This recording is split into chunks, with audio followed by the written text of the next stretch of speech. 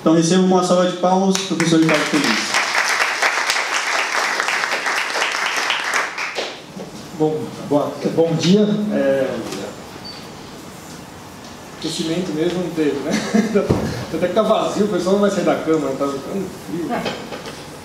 Mudanças climáticas e as questões geopolíticas. Quando que eu fui estudando essas coisas, ciência, legal, uma hora eu falei assim, não dá mais para usar a ciência porque os caras não querem aceitar. Então a questão agora é política mesmo.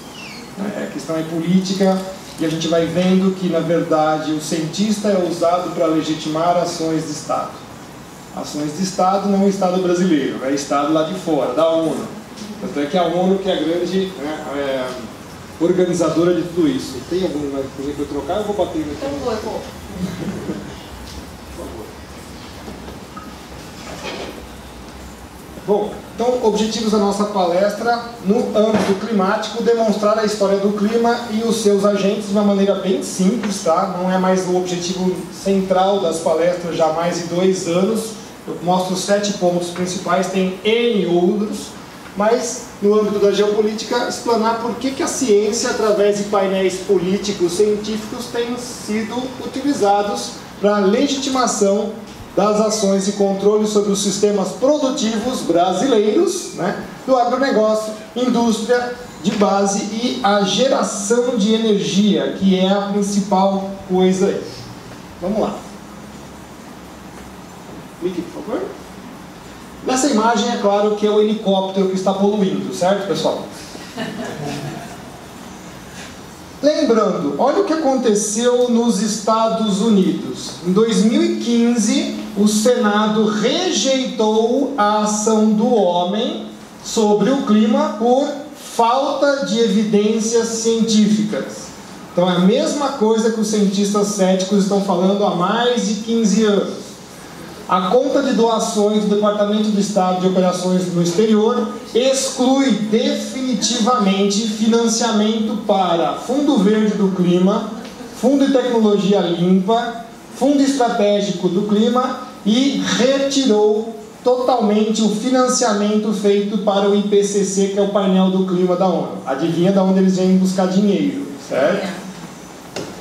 Alta Corte dos Estados Unidos, em fevereiro de 2016, mostrando uma historinha rapidinha, rejeitou a nova legislação ambiental e climática da EPA, que queria ainda taxar lá o dinheiro do petróleo e do carvão, $10 por barril de petróleo. 1º de junho de 2017, já fez um ano. O presidente dos Estados Unidos, Donald Trump, sai do Acordo de Paris. Agora vamos para o Brasil. Câmara aprova com urgência para acordo sobre a redução das emissões do clima. Deputados aprovou por unanimidade. Quer dizer, cadê a tal da bancada ruralista que a gente ouve tanto falar, Ninguém se manifestou. Brasil ADE. Petrobras quer imposto climático sobre o combustível. Nós vamos lá tentar falar para o pessoal do departamento, do grupo de organização da Petrobras. Não faz isso, você vai quebrar o Brasil. Imagina se os caras ainda vierem com imposto climático em cima de diesel e tudo mais, Já está uma quebradeira total. Próximo, por favor. Senado aprova acordo de Paris sobre mudança climática. Tem que passar nas 2 casas. Mais um. Temer entrega a ratificação do acordo do clima de Paris na ONU. Olha só as datas. 58 dias para sair da Câmara dos Deputados, 40 dias do Senado e 98 dias no total para o Executivo firmar o acordo com a ONU. É ou não é submissão do nosso país a banarrado? 98 dias. Em 98 dias passam nas 2 casas e o presidente vai lá, assina e que se dane o Brasil. Um país pobre como o nosso está querendo comprometer mais ainda o seu futuro, sendo, olha o discurso dos nossos políticos. Não, mas nós temos que bater no peito e dizer que nós somos o protagonista do clima. Não, a gente está defendendo a natureza. Vocês vão ficar assustados com as contas no final, tá? Vocês vão ficar assustados, já vou avisando. Vamos fazer uma introdução rápida aqui. Primeiro, temos um meteorologista, quase meteorologista, Não, saiu antes. Importantíssimo diferenciar esses três conceitos. O que é previsão, prognóstico e cenário? Previsão, o processo é conhecido. Eu consigo fazer, né, com certa certeza o que vai acontecer, né? Processo industrial, rota de avião.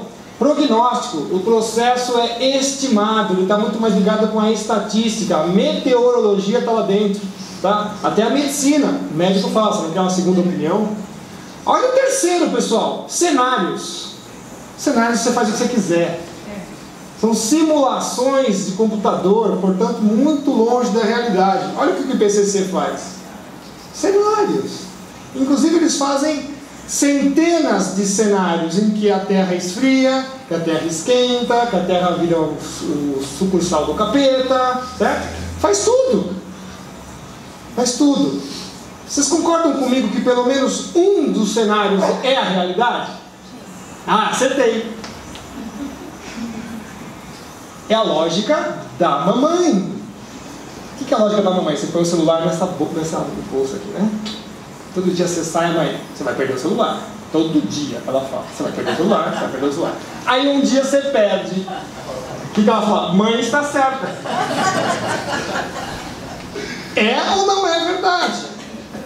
Então o IPCC faz a lógica da mamãe. Eu faço todos os cenários. Um está certo, aceitei. Viu como meus modelos estão certos? Eu vou explicar isso mais para frente depois. Vamos lá. Pontos nevrálgicos sobre essa história do clima. Primeiro, sistema climático, agora físico, você vai misturar o que é soft systems com hard systems. Tá? Motor é um sistema de pouca complexidade.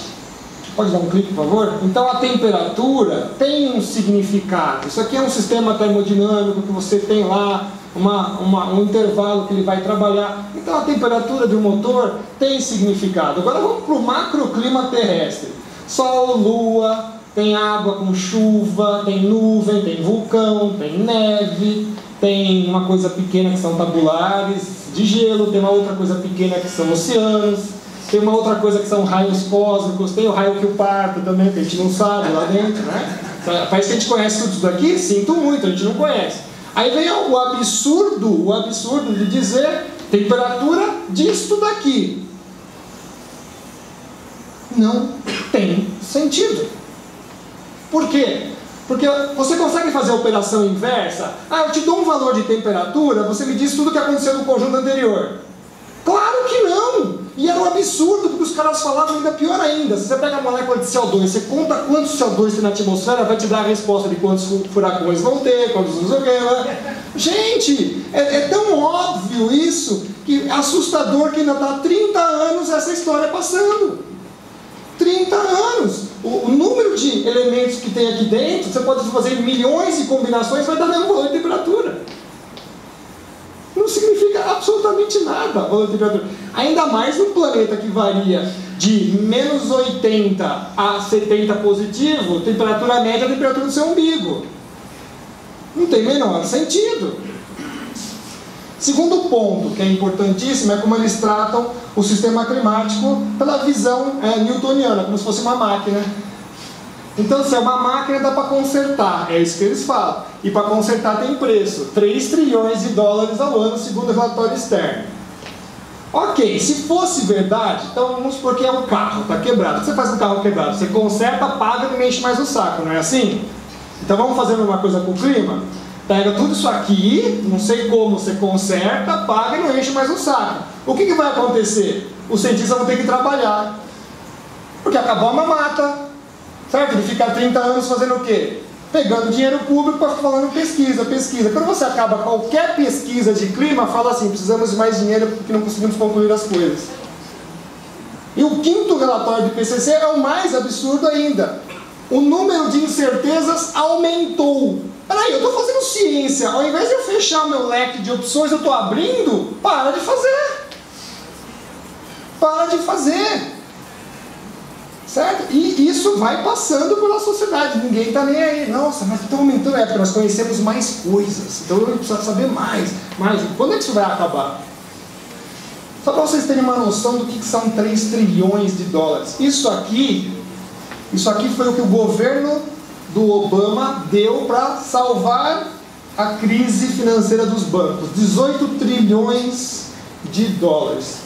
Ela deu um clique, eu não sei se vocês estão vendo, apareceu uma linha vermelha aqui, ó. É porque está na mesma escala, tá? Ok? Mesma escala. Dá mais um clique, por favor. Doação de combate à pobreza anual. 40 bilhões o mundo gasta para combater a pobreza. 18 trilhões para salvar bancos. Certo? Isso aqui é um problema real? É. Certo? Isso aqui é mudança climática. 3 trilhões. Esse problema não existe. Esse problema existe. Eu quero gastar dinheiro com isso, mas eu não quero gastar dinheiro com isso. Tá? E aí o que leva o acordo canalha de Paris? Ah não, 3 trilhões não dá pra gente, a gente precisa de 13 trilhões. Tá? Tem alguns que estão falando ainda que a gente precisa de 16 trilhões e meio de dólares. Peraí, gente, como assim? Um negócio que vocês não vão fazer absolutamente nada. Isso aqui é um problema, você resolve o problema da humanidade com esse dinheiro. Você dá casa, comida, dá pra tudo. Tá? Relação escalar altamente equivocada. Aqui que a gente vai lá beber água da geografia. Relação escalar de humanos versus planeta. Tá? Mãos humanas e vulcão. É só olhar os exemplos aí, né? Então o que é? A gente manda mais que um vulcão? Manda a CETESB tampar lá o vulcão. Os caras vêm com vistoria veicular, outra safadeza sem vergonha, né? 2010 ficou todo mundo caladinho, porque o vulcão aqui do Chile entrou em erupção, veio um ciclone, levou, choveu um pedaço de vulcão aqui em São Paulo. Não, eu tenho um carro que poluía. Eu tenho os pedaços de vulcão em casa. Juro pra vocês, tem.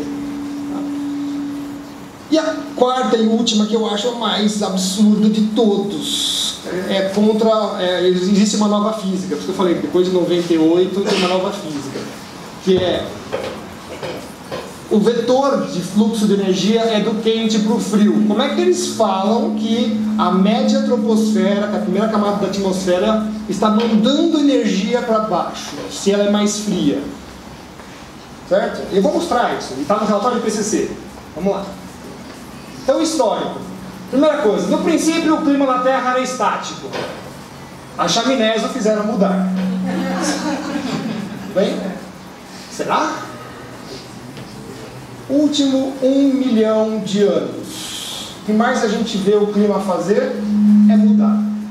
Vou ficar quieto aqui, senão caminho, né? Chega para lá, é o aquecimento.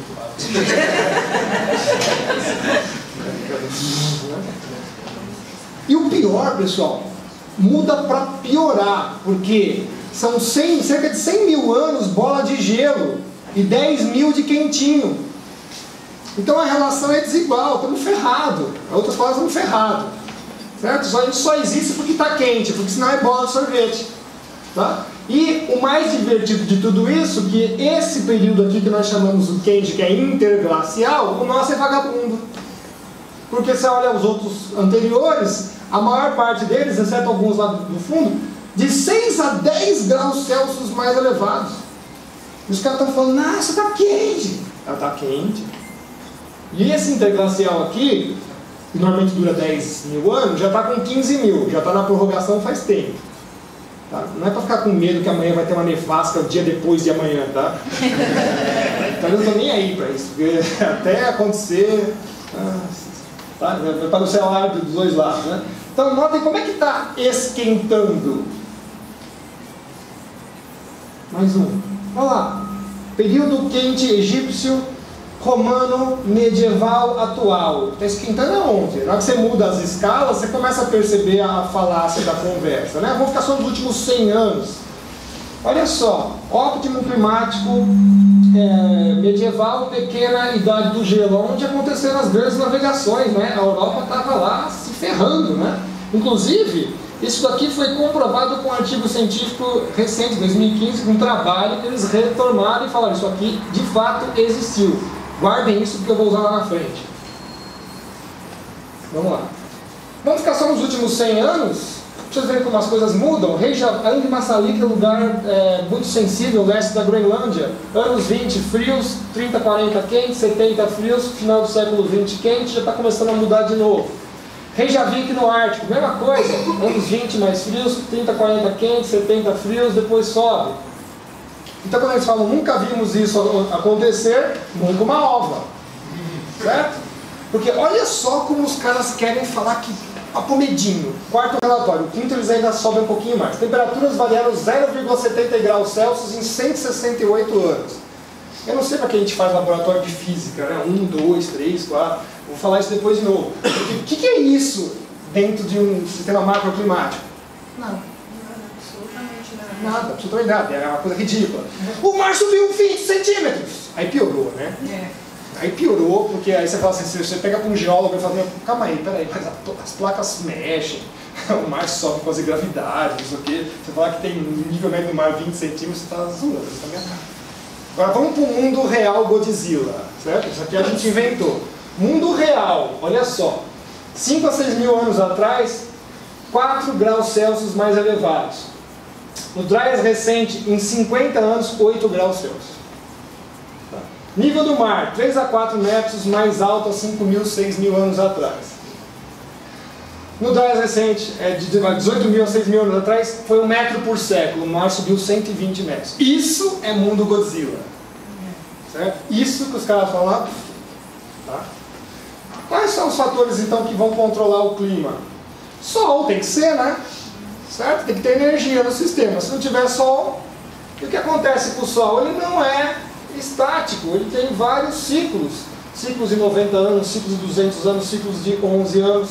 E o que está acontecendo com os ciclos do Sol atualmente? Estão diminuindo, né? Tá? Inclusive vai concentrar 2 mínimos, um mínimo de 90 anos e um mínimo de 11 anos. Tá aí, ó. Os ciclos estão reduzindo, perspectiva até 2020. A Escola de Astrofísica Russa Solar joga para 2045. E quando o russo fala, toma cuidado. 2016, 32 dias, sol sem manchas. O sol parece que nunca esteve tão quieto na história. 2017, 100 dias. Tá? 110, porque dependendo do lugar, muda um pouquinho. 2018, nós estamos chegando no meio do ano, já tem 89 dias. Tá? Só em 2017, 3 semanas direto o sol quieto. O sol está quieto, menos energia. Tem algum ciclo nisso? Vários ciclos. Esse aqui é o de 11 anos agora, junto com o de 90. Quer dizer que é previsível. Mais ou menos. Ah. Mas é porque às vezes o sol está mais cansado. Mas o que é isso. interessante é, será que as anomalias de temperatura respondem ao que acontece com a duração do ciclo solar? Os trabalhos são antigos, isso já é muito conhecido, não é nenhuma novidade. Tá aí, ó, anomalias de temperatura em regiões sensíveis, tá? E o ciclo solar. De novo, anomalias de temperatura do ar no Ártico, regiões sensíveis, e o Sol. Ah, professor, às vezes não dá, claro, o clima não é só Sol, tem outras coisas. Mas esse outro gráfico de CO2 e anomalia de temperatura, se você tomar muita cachaça, encaixa. Porque não é possível.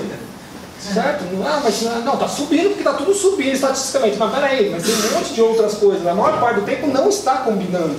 É isso que é verdade, não está combinando. Oceanos, a maior parte da energia está incidindo sobre os oceanos. A gente sempre esquece que o Pacífico é 1/3 da Terra. E tudo que acontece no Sol vai refletir no Oceano Pacífico. Olha lá, temperatura global da superfície dos mares e depois, de novo, manchas solares. Tem um padrão que segue aí, né, o que acontece com o Sol.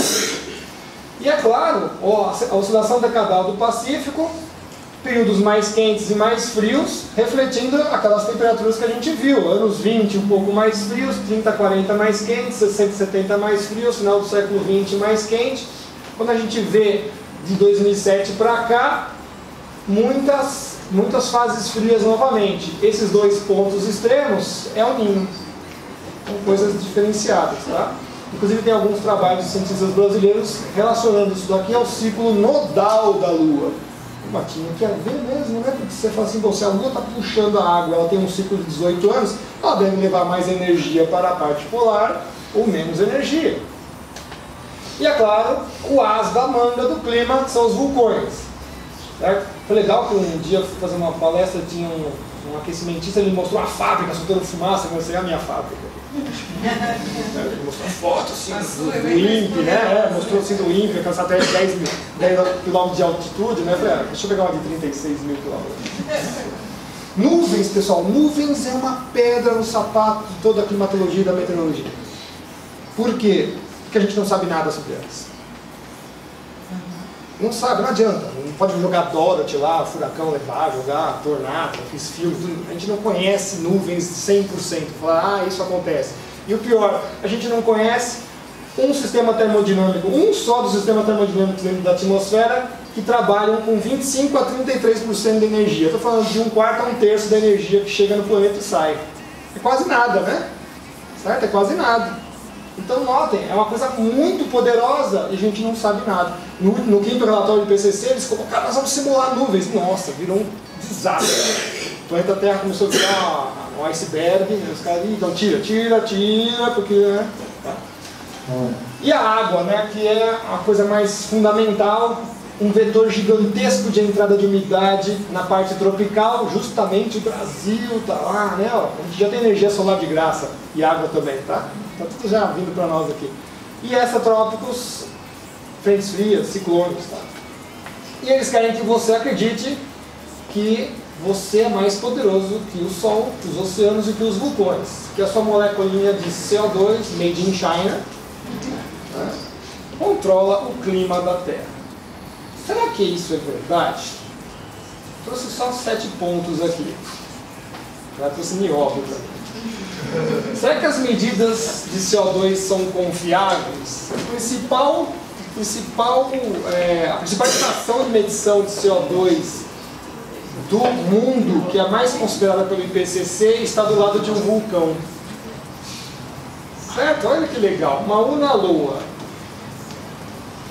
Quando você olha a atmosfera, você não acha CO2, não vai achar mesmo, porque não está lá, né? Você está achando dentro dos traços, tá? É nitrogênio, é oxigênio, é argônio, 0,07 são os gases traços, e lá dentro 0,033, alguns querem falar que é 0,040, enfim, é muito pouco.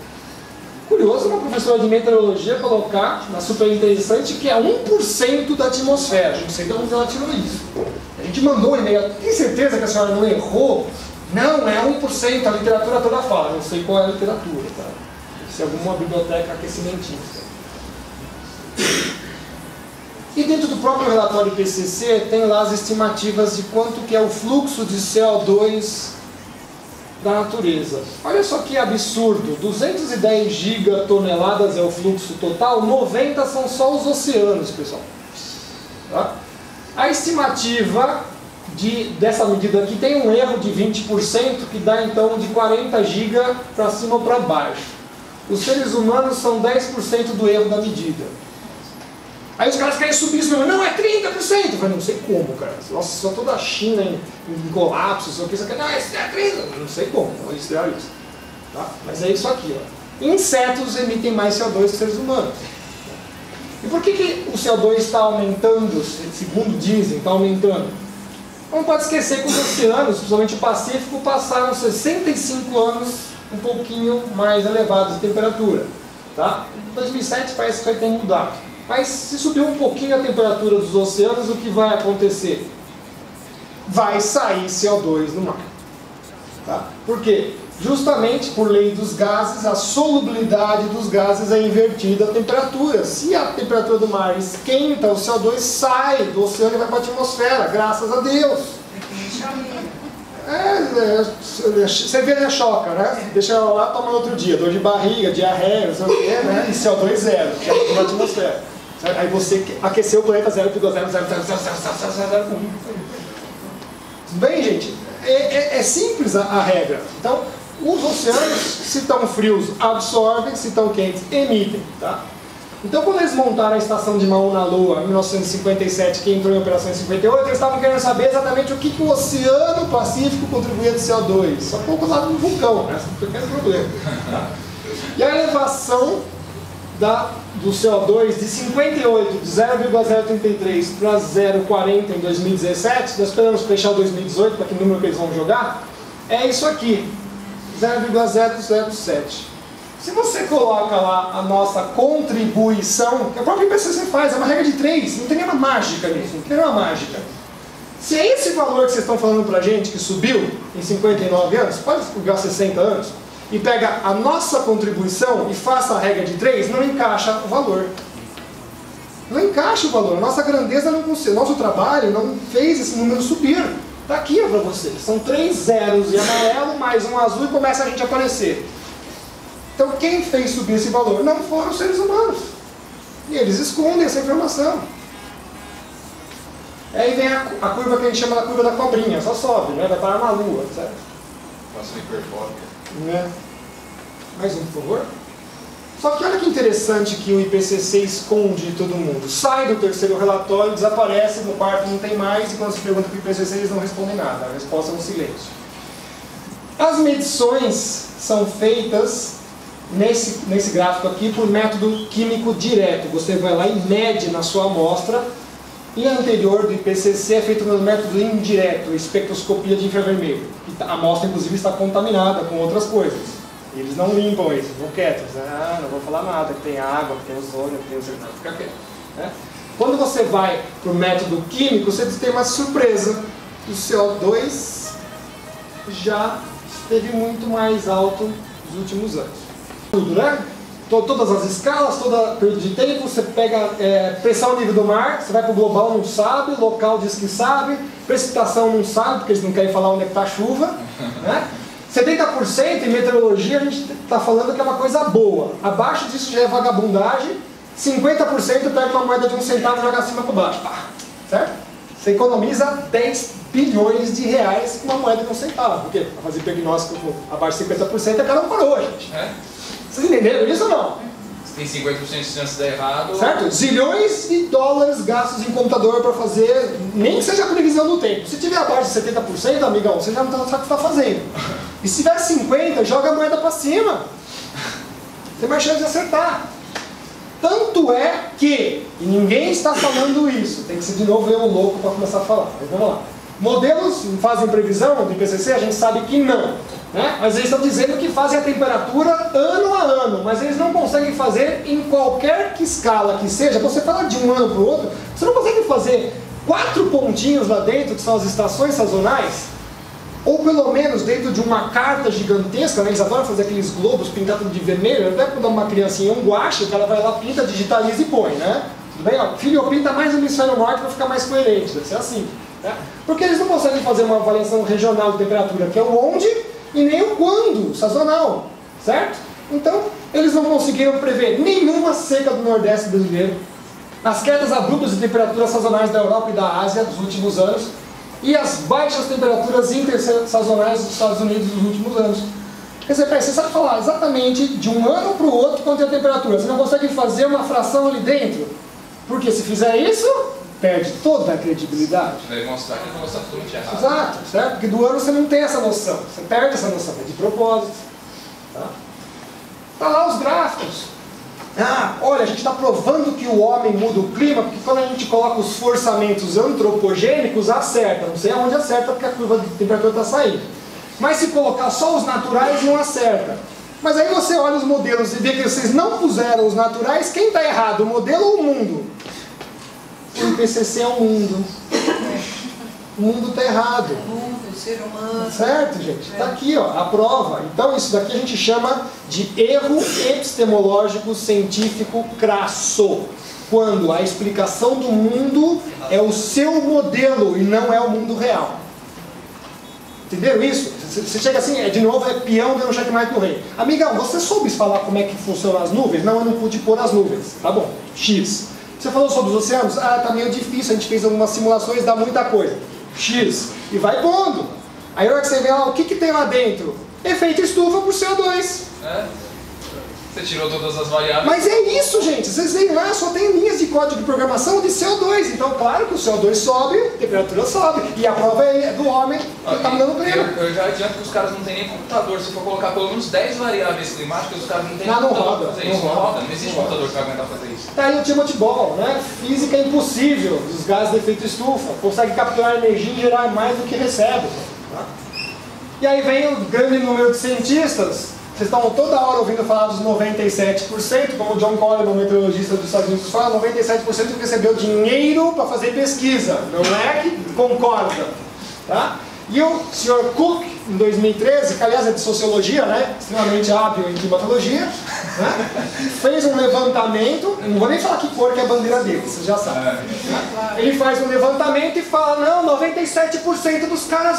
Aí o Leibniz, o Sol e o Bryce, tem os vídeos na internet do Leibniz falando, levantaram aí 12 mil artigos científicos e falaram, peraí, vamos dar uma olhada de fato nesses artigos. Sinto muito. Só 0,37 teve culhão de escrever. Não, é o homem que muda o clima da Terra. O resto, uma cambada de vagabundo isentão. Porque o cara não vai pôr dele na reta, cara. Eu falo pra vocês, cientista é a coisa mais covarde que tem na face da Terra. O cara não põe o dele na reta. Tá? Quando você vai ver lá depois, quem sem posição, não sabe, é rejeitado, precisa de mais dinheiro para pesquisar, é 99. Ainda tem o 0,6 para dar precisão, né? Ok, pessoal, tá lá. E ele tá fazendo vídeos, mostrando isso é falácia, não tem nada de 97, 97, o cara que recebeu dinheiro para fazer pesquisa, o cara não vai poder ir na reta. Não vai. O Michael Crichton, sensacional, tem um livro dele lá, vários livros sobre aquecimento global. Os maiores cientistas da história são grandes simplesmente porque romperam com o consenso. Não existe essa tal coisa de ciência consenso. Se é ciência, não é consenso. Se é consenso, não é ciência. Não é consenso, é política, pessoal. Tudo bem? Se é consenso, não acho. E as fraudes? Vamos lá. Essa aqui é o principal. Taco de hóquei. Taco de hóquei do Sr. Michael Mann. Isso aqui foi parar no Senado norte-americano. Você vê a gravidade que chegou. Não, porque lembra do óbito climático medieval e a pequena idade do gelo? Desapareceu. Virou barra de erro. Barra de erro para desaparecer. Aí de repente, a temperatura subiu. Virou um taco de óculos, tá vendo? Assim, tá? McIntyre e o McTrick começaram, peraí, me dá sua pesquisa. Não, veja bem, me dá sua pesquisa. Eu quero ver, não, veja bem. O que o Sr. Michael Mann foi trabalhar? Dendroclimatologia. Árvores. E para trabalhar com dendroclimatologia você precisa ter muita amostra. Um trabalho sério feito por uns noruegueses agora, eles pegaram 1.500 árvores. O que eles concluíram? Que o clima do passado foi bem pior que o nosso. Pra vocês terem uma noção. Quantos que o Michael Mann pegou? 7 árvores. A gente sabe o que significa esse gráfico. A conta bancária dos pesquisadores. Claro, pode chegar. Aí ele pegou só onde tinha, das 7 árvores, as escolhidas, que tinha uma subidinha de temperatura. Aí o modelo de computador que ele desenhou lá, multiplicava por 360 a temperatura que subia. Né? O McIntyre e o McTrick falaram assim, não é possível, dá isso aí. Aí, não sei o que, quando chegou no Senado, processo federal, não, tá aqui o disco. Eu dou, né? O cara é tão burro, mas tão estúpido, que mandou o disco com uma pastinha escrito Censored. Cá pra nós, você vai no computador do seu amigo e tem uma pastinha escrito censurado, o que você faz? Abre a pastinha! E lá estava o código, porque aí o McIntyre colocou assim, produção de laranja nos Estados Unidos, afogava a norte-americana em laranja. Não é possível, tem alguma coisa errada. Aí descobriu isso, que o algoritmo estava viciado e multiplicava o negócio por 360. E foi publicado na Nature, lá, a revista Veja Científica. Certo? E os caras se retrataram, não, veja bem, foi um erro, mas aquece mesmo. Eu falei, bom, você falou que é um erro e aquece mesmo, é assim que são as conclusões. Tá? Isso aqui é chamado taco de óculos. O Climate Gate teve 1, 2 e 3, os escândalos dos e-mails, nós temos os e-mails dos caras, eles falando como fazer para tirar o declínio de temperatura, tudo está lá. Né? O professor Harold Lewis manda uma carta para a Associação de Física Norte-Americana. Nesse inteirinho, o escândalo do Climate Gate invadiu os noticiários. E as maquinações dos principais alarmistas foram reveladas ao mundo. Era uma fraude em uma escala que eu nunca vi. Né? E me faltam as palavras para descrever a sua enormidade. Efeito sobre a posição da Academia de Física Norte-Americana? Nenhum mesmo. Então, isto não é ciência. Outras coisas estão a trabalhar por aí. Tá? Então, tem muito cientista no mundo, sim, falando essas coisas. Esses aqui são sensacionais. A gente guarda banco de dados, né? Depois passam uns anos, os bancos de dados mudam. Né? O Sr. James Hansen com a mãozinha dele lá, alterando dados. Abaixar as temperaturas do passado para fazer que tenha subida de temperatura. Tá? Esse aqui é sensacional. Últimos relatórios de IPCC, os caras chutam qualquer valor de CO2 para o Brasil. Você vai passando pelo relatório, mas não era tanto, era tanto, era tanto. Quando você vê lá, a variação é de 28% para o Brasil. É toda a França. É toda a França é a nossa variação. Certo? Escândalo. Escândalo. Alguma coisa? Nada. Nenhuma falava do IPCC. Essas aqui que eu adoro. Eu tenho muitas dessas guardas. Só uma para vocês, para mostrar o alto de não, como é que é? Picaretagem desses caras. NOAA Geographic Simulation. Você fala, pô, na NOAA, né? Vocês estão vendo lá, 1885, muito gelo. 1985, quase nada. 2085, nada, ok? Azar o deles que eu guardei um negócio. Eu guardei esse negócio aqui em 85. É o mesmo gráfico escaneado. Passaram no Photoshop e falaram que fizeram a simulação. Tem até os mesmos erros cartográficos. Tá? Aí era 85, eles falaram que 2012 ia estar assim. Desculpa, não foi, né? Aí o que você faz? Joga o Godzilla pra frente. É igual ao socialismo, vamos sentar de novo. Certo? Vamos jogando.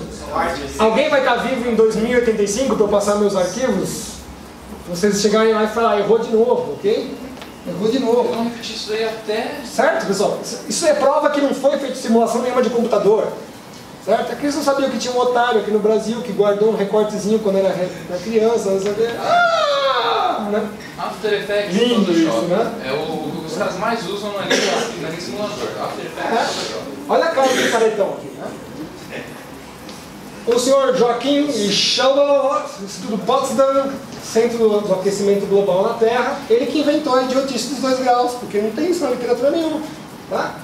Então ele fala aí, ó, admite publicamente que o valor de 2 graus Celsius acima das temperaturas pré-industriais é uma invenção política. Tá? Ele fala assim, não tem nada, ele deixa explícito qual é a finalidade disso daí. Vamos lá. Bom, não precisa nem falar, 2 presidentes falando, isso é fraude. E o Snowden, sensacional, no livro dele vai ter um capítulo, perdão, só para aquecimento global. Vou mostrar a fraude que é isso daí.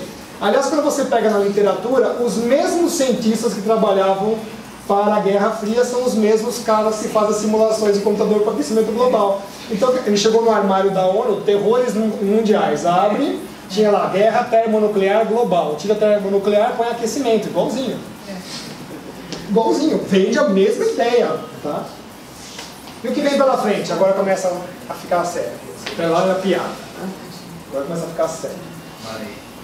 Né? Quando a gente começa a ler essas coisas, é porque a gente como cientista, primeiro o clima, não é possível, não é possível, não é possível. Aí começa a ver as outras coisas.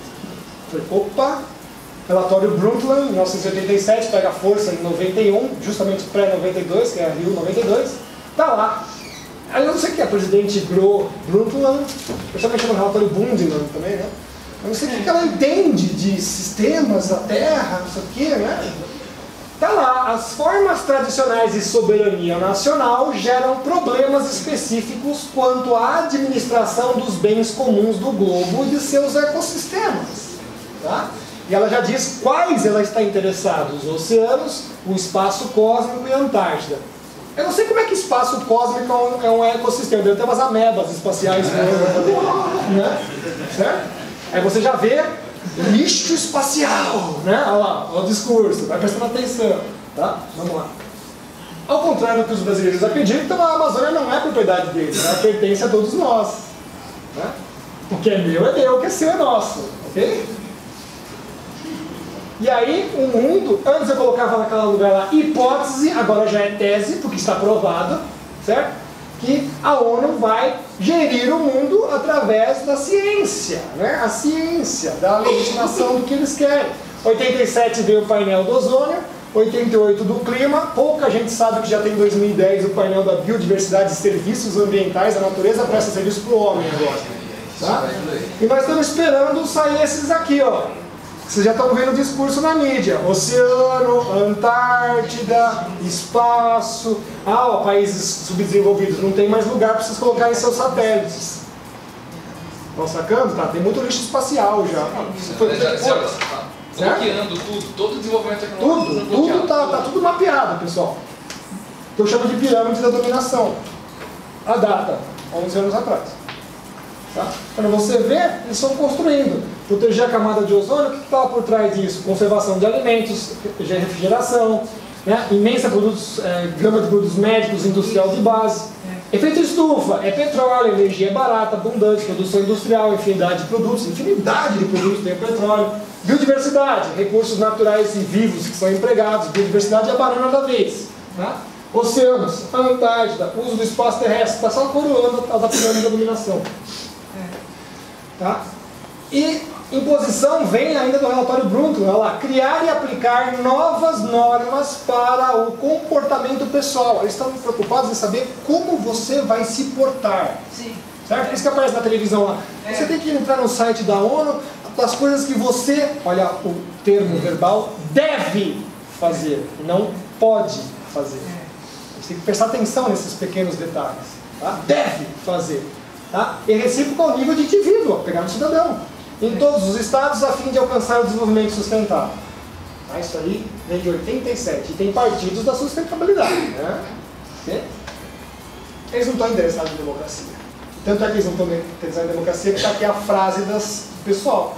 Karen Cristiana Figueres, secretária executiva da ONU para as mudanças climáticas. O maoísmo está fazendo certo para combater o aquecimento global. A democracia é muito danosa para a aprovação de uma legislação contra o aquecimento global. Vocês gostam desse sujeito aqui?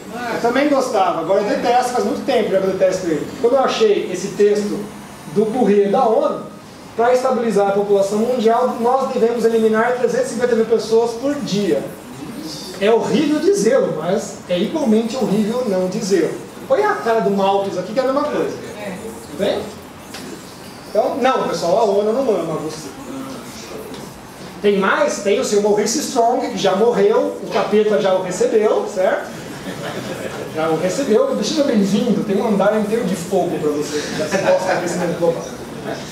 E as nações, 92, o que as nações decidam fazer da Conferência das Nações Unidas sobre o Meio Ambiente, Desenvolvimento do Brasil, um marco para o desenvolvimento sustentável. Eles não tinham o termo ainda escrito direito. Que líderes nacionais e culturais entenda também religiosos, aí vocês vão entender porque o nosso Papa atualmente está, né? Certo? Encíclica papal sobre o aquecimento global. Certo? Olha a agenda dos caras é absurda. Tá, é absurda. Mobilizem compromisso político e os meios técnicos, inclusive esterilizar a população. Tá aqui, ó. É preto no branco, não vem falar que é teoria da conspiração, não. É vagabundo que fala isso, nunca leu nada. Eu sou populacional. Certo? Para efetivar um avanço da limitação do crescimento populacional. Tudo! Toda essa agenda aí. Tanto é que essas eram as metas do milênio. E se vocês prestarem atenção, tem um vídeo que eu fiz com o Daniel Ferraz, tem 2 horas, mas assista. Tá? Reduzir a mortalidade infantil, melhorar a saúde das gestantes. Eles falam, a gente não conseguiu fazer isso, mas nós vamos fazer essas outras aqui, ó. Fica para mim, por favor. Aí você vê, sumiu as crianças e sumiu as gestantes. Por quê? A cara se ferre. Ela se ferre. Aqui tem lá o efeito dominó. E olha só, se você pega a número 13, que é o início, está disfarçado aqui. Você pega a número 13 e implementa 13, vai derrubando todos que nem dominó. Vai derrubando. Tá? De novo, oi, tá bom, capeta aí? A elaboração de um arranjo de aplicação de lei global enfocando o papel de sanções econômicas, políticas e medidas militares. Bonzinhos, não são bonzinhos? Acordo de Paris, é exatamente isso. Então qual que é a finalidade de tudo isso? Nada mais... Até eu tive um debate com um cara da promotoria pública. Ah, isso aqui é uma conspiração. Só olhei para você. Ah, é? Coisa que todos os governos gostam de fazer. Tirar os direitos civis das pessoas, criar impostos e criar métodos de controle. Isso aqui lembra alguma cor para vocês? É. Total. Certo? Tá aí, ó. Não tem comida. Naturalmente vocês identificam isso. Tá? Vamos lá. Então, pessoal, dentro de todas as esferas vai aparecer uma meleca verde. Clica para mim, por favor. Chamada mudanças climáticas, que ela, mais um, por favor, entra assim, olha. Ela vai entrando em tudo, assim. Certo? Vamos ver. Você pulou um. Ambientalismo e clima tornaram-se um sistema combinado, escalonado, que pretende atacar e controlar os seguintes pontos. Primeiro, geração de energia. Olha como é estrategicamente preparado. Estrategicamente preparado. Ninguém está brincando aqui. Tá? Geração de energia. Encarecer o máximo possível significa encarecer a produção e as condições humanas de viver com qualidade. Você não produz água limpa sem energia, começa por aí. Começa por aí. Tá? Diminuir a produção, desindustrialização e recuo do agronegócio e mineração. Aí, né? Esse é um na Amazônia, 87%. Nossa. Não pode sair. Então, absurdo. Está na mão da ONU. Diminuir a produção, nós já vamos. Recuo da economia, estado neolítico humano. Nós queremos que vocês morem em árvores. Perda da soberania sobre as áreas brasileiras. Então, quando a gente vê o aspecto de energia, só para fazer uma rápida passada, porque isso está passando pela história, ninguém viu. 2012, a conta de energia subiu 6 vezes em Portugal. Depois a conta subiu 30% na Inglaterra. 2013 a conta de energia subiu 45% na Alemanha. Né? A Siemens demite 15 mil funcionários. Mas você não está falando que está querendo empregos verdes por causa das suas torres eólicas? Não, mandou 1/3 dos funcionários deles embora. Tá? Por favor, dá um clique. Tá aí. Vamos fazer isso aqui. Eu sou de casa. Tá? Tem várias empresas que estão desmanchando isso aí. Vamos lá. Aqui, ó, 2014, a principal companhia de geração de energia elétrica eólica da Alemanha, a Procon, faz uma reunião e fala, falimos. E levou o fundo de pensão de todos os velhinhos da Alemanha. Porque eles pegaram, prometeram 20 anos antes, não, ponham aqui que vai ser uma grana, não sei o quê, faliu, levou tudo, os caras ficaram sem aposentadoria. Vamos lá, toca mais um.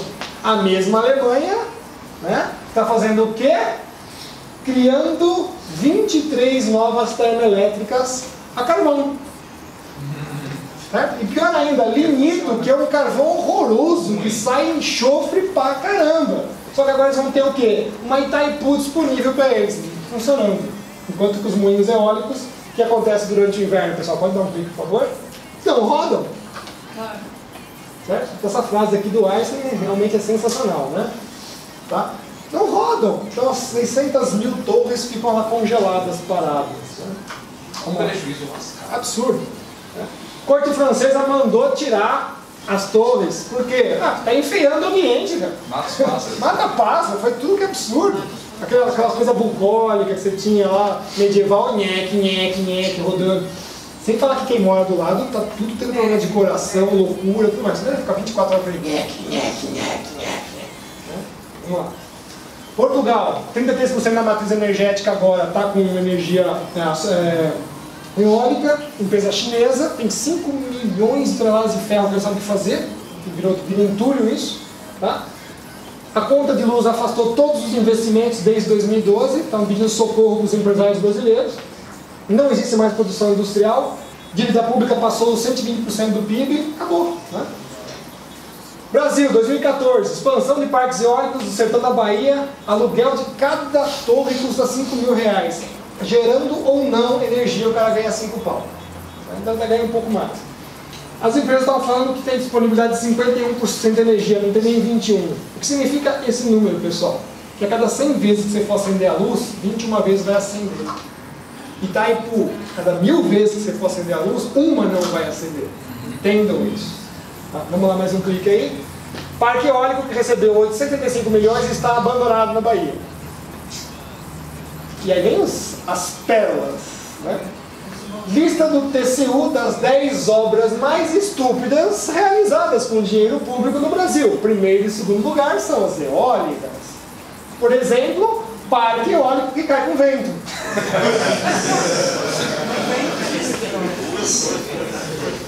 Certo? 8 torres, 27, e o pior, nós somos o primeiro lugar no ranking mundial de acidentes no parque.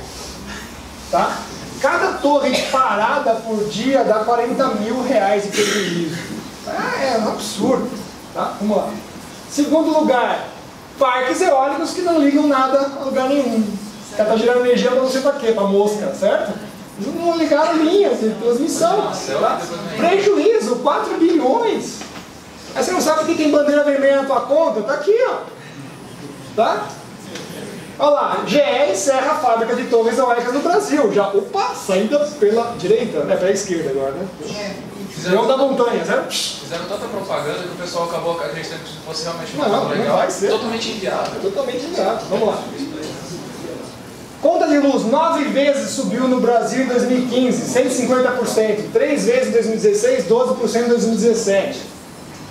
Aí o ex-ministro de Minas e Energia, junto com a WWF, queria fazer o quê? Em cima dos lagos das hidrelétricas, colocar painel solar apoiando. Imagina fio elétrico, tudo. A primeira temporada, tempestade que passasse, levava tudo embora. Os caras, acho que ele fuma muita maconha, cara. Fuma muita maconha, muita. Se você vê os engenheiros offshore de eólicas na Inglaterra, os caras não dormem mais à noite, tanto dor de cabeça, de problema, porque quando vem aqueles temporais com ciclone, essa tropical, mas arrasa com tudo, quebra, é uma loucura. A natureza é hostil, mas você tem que fazer coisa bruta, coisa que... Exatamente, não vai funcionar. Aí você vê lá os deputados, não, vamos incentivar, até que você encontra as indústrias de painéis solares na China falindo. Então o que vão fazer? Vamos ser os otários e comprar. Aê. Certo? Tá aí, ó. Rapidamente hoje você consegue achar quem está vendendo, quem está fazendo o discurso e quem vai ser o otário que vai comprar. Sempre somos nós. Tá? E aí, o que aconteceu? Tiraram os subsídios de energia para esses caras.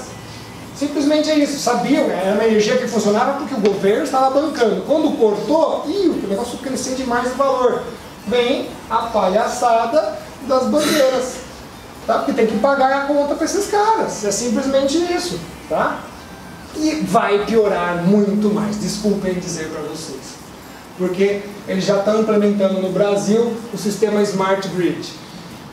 Smart Grid vai cortar a sua luz na hora que você não for sustentável. Vocês não estão sabendo, né? É o câncer elétrico do Brasil está sendo colocado aqui. Você leva e está no discursinho dele. Você leva uma empresa que você não gostar muito, você leva ela à falência em questão de uma semana. Em uma semana. Eles vão cortar.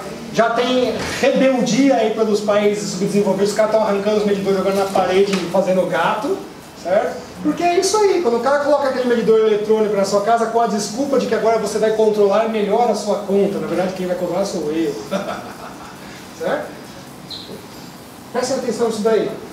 Custo da energia, centavo de dólar por quilowatt-hora. Hidrelétrica e nuclear, carvão e gás são as mais baratas. Petróleo, dificilmente as pessoas usam petróleo para fazer energia elétrica, tá?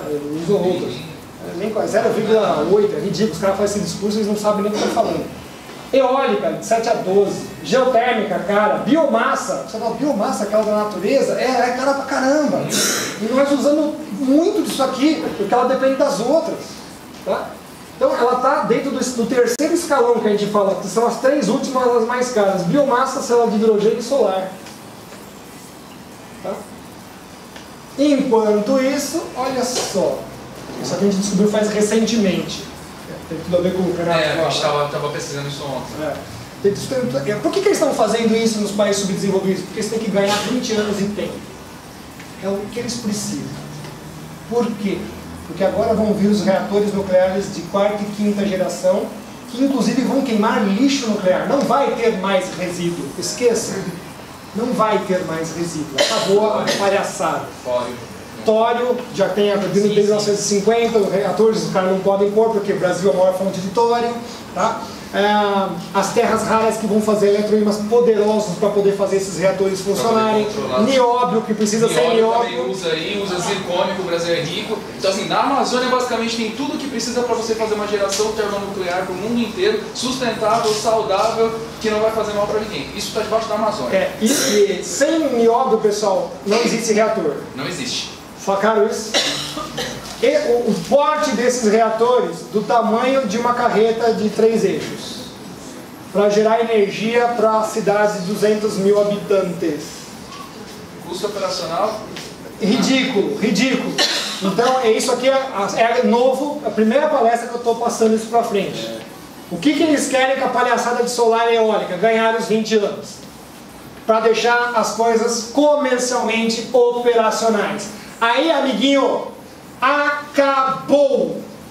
Porque quando você assina aquela porcaria do protocolo o Acordo de Paris, eles vão falar, viu? Por causa da mudança climática, você tem que comprar o meu reatorzinho. E não pode usar mais nada, petróleo, não sei o que, nem vai querer usar, você vai usar petróleo para outras coisas, plástico, né? Certo?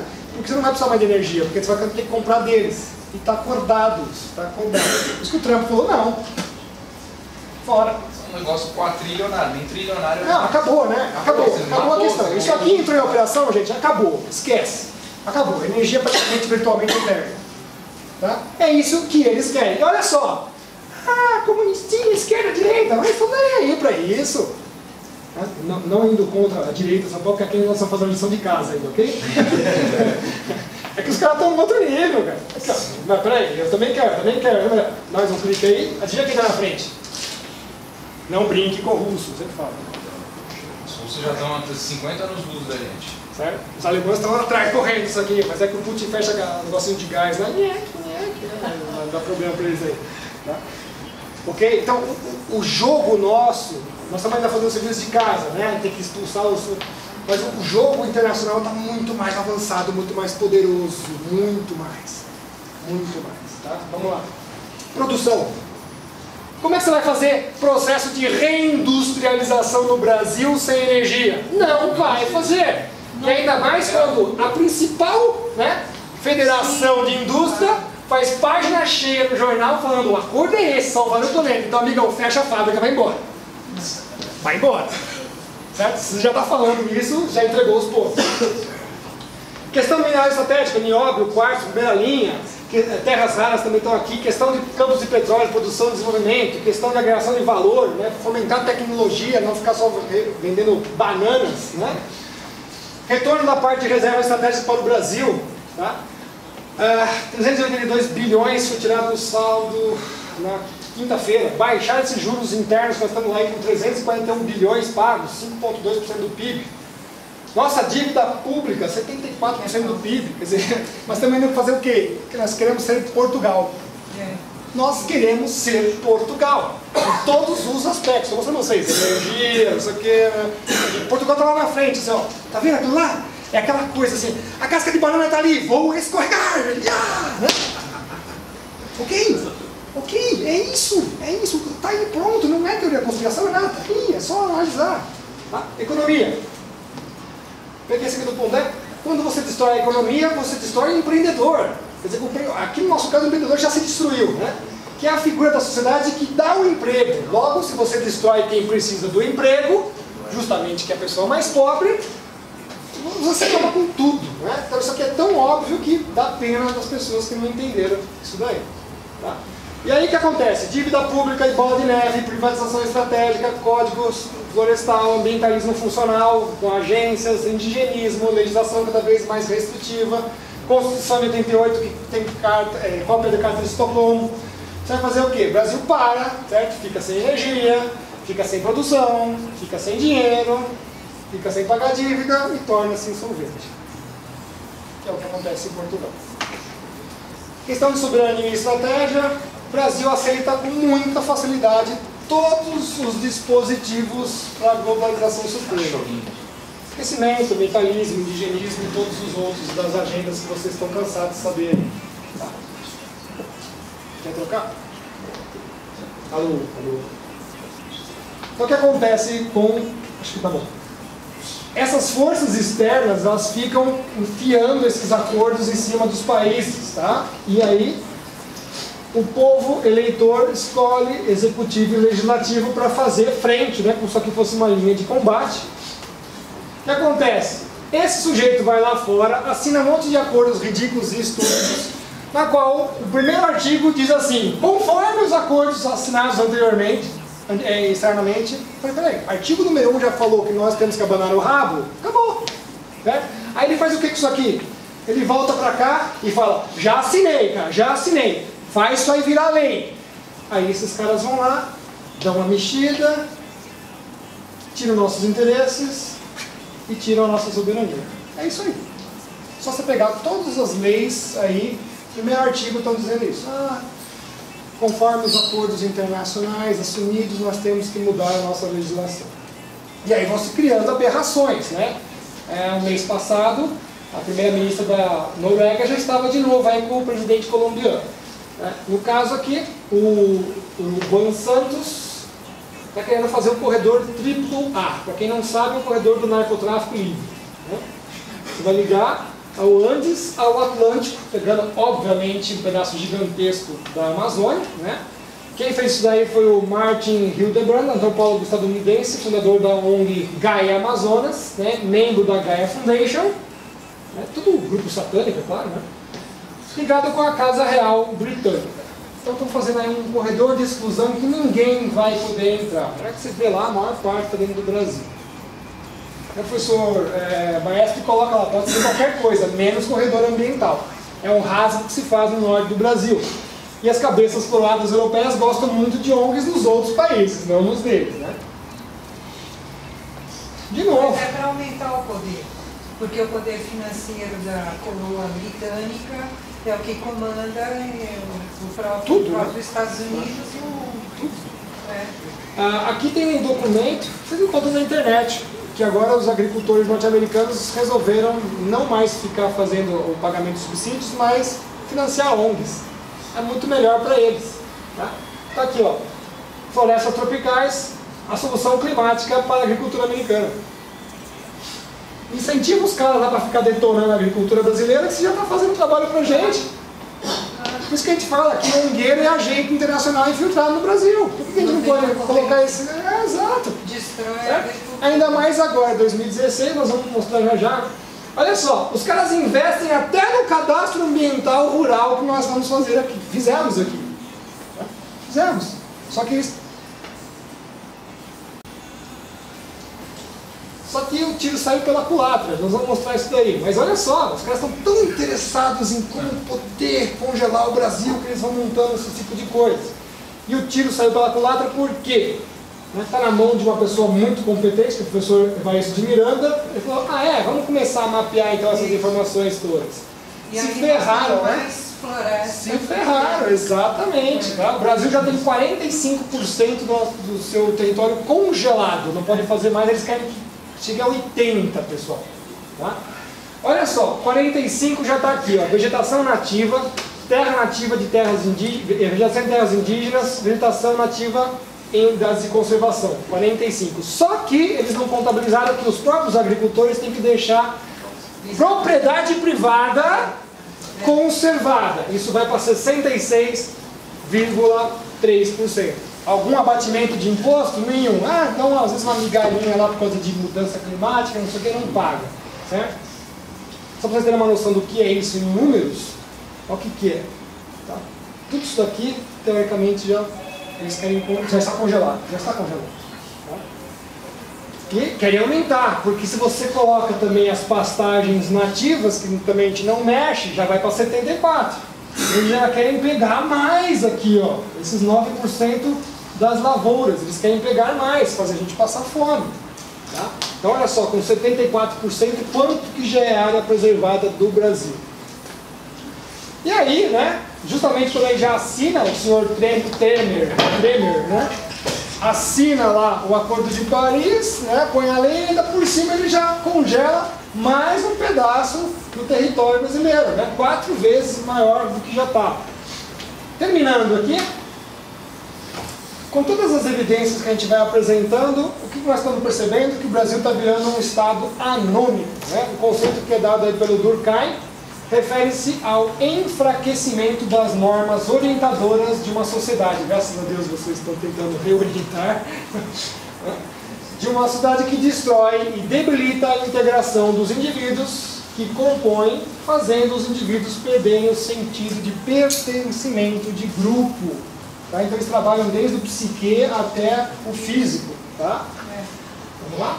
Tá aqui, ó. Vocês já viram esse negócio? Criar mais estados. Quanto mais você dividir, melhor, é mais fácil de conquistar. E quando você vê, é lá, o estado super rico, um monte de pobre. Super rico, um monte de pobre. Tá? Então, os governos brasileiros deveriam realizar política de Estado, e sem mudanças garantir esses 4 pontos aí. Integridade territorial e soberania do Brasil, defender e multiplicar riquezas, Defender e multiplicar o valor agregado, administrar todas as nossas riquezas com correção no interesse do povo multiétnico no Brasil. Quem falou isso? Pasmem. Secretário do Conselho de Segurança russo. O que você está fazendo aí? Mas não risada, né? Você entendeu? Você está entendendo que nós somos uma piada lá fora? Uma piada lá fora? Certo? O que você está fazendo aí, cara? O pessoal adora Você tem um povo que tem de tudo para fazer de tudo. Certo? É o único que tem de tudo para fazer de tudo. O que você está fazendo? O que você está A fazendo? gente não sabe nem o que a gente tem.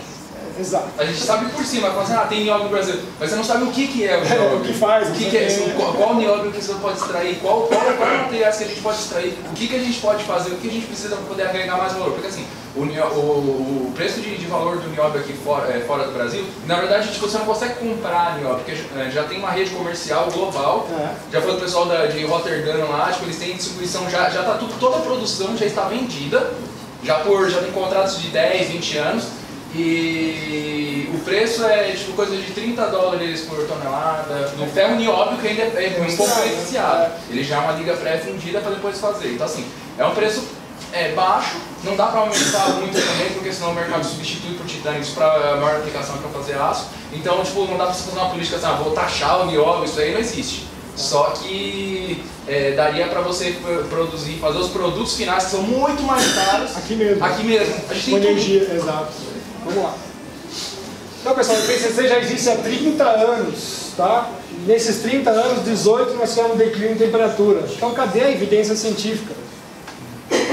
Então, usando os conceitos da ciência moderna, positivista e neopositivista, se você tem falta de provas, a hipótese tem que ser descartada, simplesmente. E como é que eles fazem para salvar essa hipótese fraudulenta que não se sustenta epistemologicamente? Eles usam o princípio jurídico da precaução. Olha que legal. Não, mas por precaução eu vou fazer as coisas. Mas você está fazendo ciência para tentar descobrir uma coisa e por precaução você vai querer fazer as mesmas medidas? Joga fora a ciência, certo? Não fala que é científico, não usa respaldo científico para fazer nenhum, negócio jurídico. Exatamente, entendeu? Tá aqui, ó. Tá? Não tem emprego da razão nenhuma. E você vai vendo o negócio, vai se encaixando, né? Como ele falou, vocês vão montando um arcabouço gigantesco de artifícios para travar, e tudo é regional, eles vão achando, taxar rebanho, plano de metas de indústria, conservação, tá?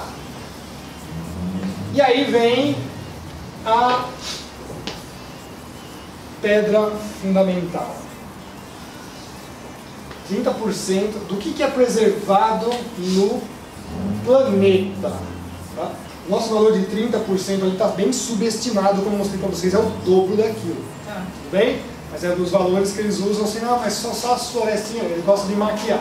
Então notem que 10% é o que a ONU já acha suficiente.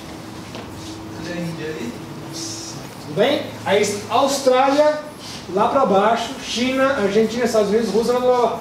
Então nós já sabemos que não é 30%, nós estamos só 3 vezes, nós estamos 6 vezes do que precisa. Agora nós vamos ver o que esses caras preservam. A Austrália preserva o deserto. A China, deserto de Gobi, as montanhas geladas. Puxa, tem muita árvore lá, né? E vai vendo, cara. É só palhaçada. É só palhaçada. Eles preservam o quê? Área inútil. Mas está no cômputo lá, não. 10% do meu país está preservado, né? Legal. Você vai fazer o quê? Minerar gelo? Raspadinha, né? Raspadinha. Groselha, raspadinha. Vai vender, ó. Certo? Então a fraude é muito maior.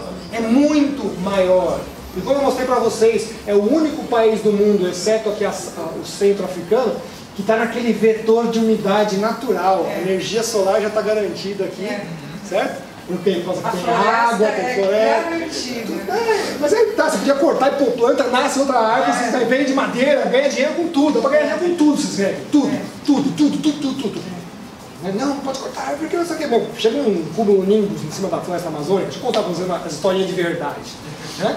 Que aquelas raízes são uma porcaria. chega um cumulonimbus lá que tem tornados na Amazônia, que ninguém gosta de falar. Quando vem uma chuvinha, cai 400 árvores. Uma vez só. Uma hora, cara. Tudo, aquele paliteiro fica lá. Parece um meteoro. Explodiu. Olha a devastação. 1.500 focos de incêndio. Eu falei, nossa, jogou 1.500 caras de paraquedas, o cara desceu no meio da floresta, riscou o fósforo. O cara nunca ouviu falar de combustão espontânea de fermentação de folhas secas. 75 graus Celsius atinge a folha seca durante o período de estiagem da floresta. As pessoas nunca foram numa floresta. Não entendem absolutamente nada de nada. Aliás, passou o Equador, chama incêndio florestal. Passou por hemisfério sul, é queimada, ok? Vamos pôr tudo no mesmo baile, diga. É tanto absurdo que você fala assim, mas não é possível, não é possível. E com todos esses problemas gerados, né, o pessoal do agronegócio continua quebrando paradigmas. Olha lá. 2017, a produção cresceu 34%. Nunca na história do Brasil o clima esteve tão apto, olha que absurdo, a um pico enorme de produção. Nunca na história. Os caras estavam dizendo, nossa, o clima não estava ferrando todo mundo? Mas tá bombando a... Certo? E passamos esse ano a ser os primeiros produtores de soja mundial. Derrubamos os Estados Unidos. Ótimo. Fica de segundo. É isso aí. Tá vendendo tudo pra China aí pra... Tudo bem, pessoal? Olha só. Quer dizer, aqui o que plantar dá. Tá? Vamos lá. Então não há evidência científica que prove que o CO2 controle o clima da Terra, muito menos a ínfima parcela que nós humanos colocamos na atmosfera. Tá? Então, aquecimento global e mudança climática não são fenômenos físicos, mas sim políticos econômicos baseados em ideologia. Então estudar o clima não faz desses caras aí especialistas em economia e política. Tá? De fato, é uma das maiores fraudes científicas e políticas de toda a nossa história.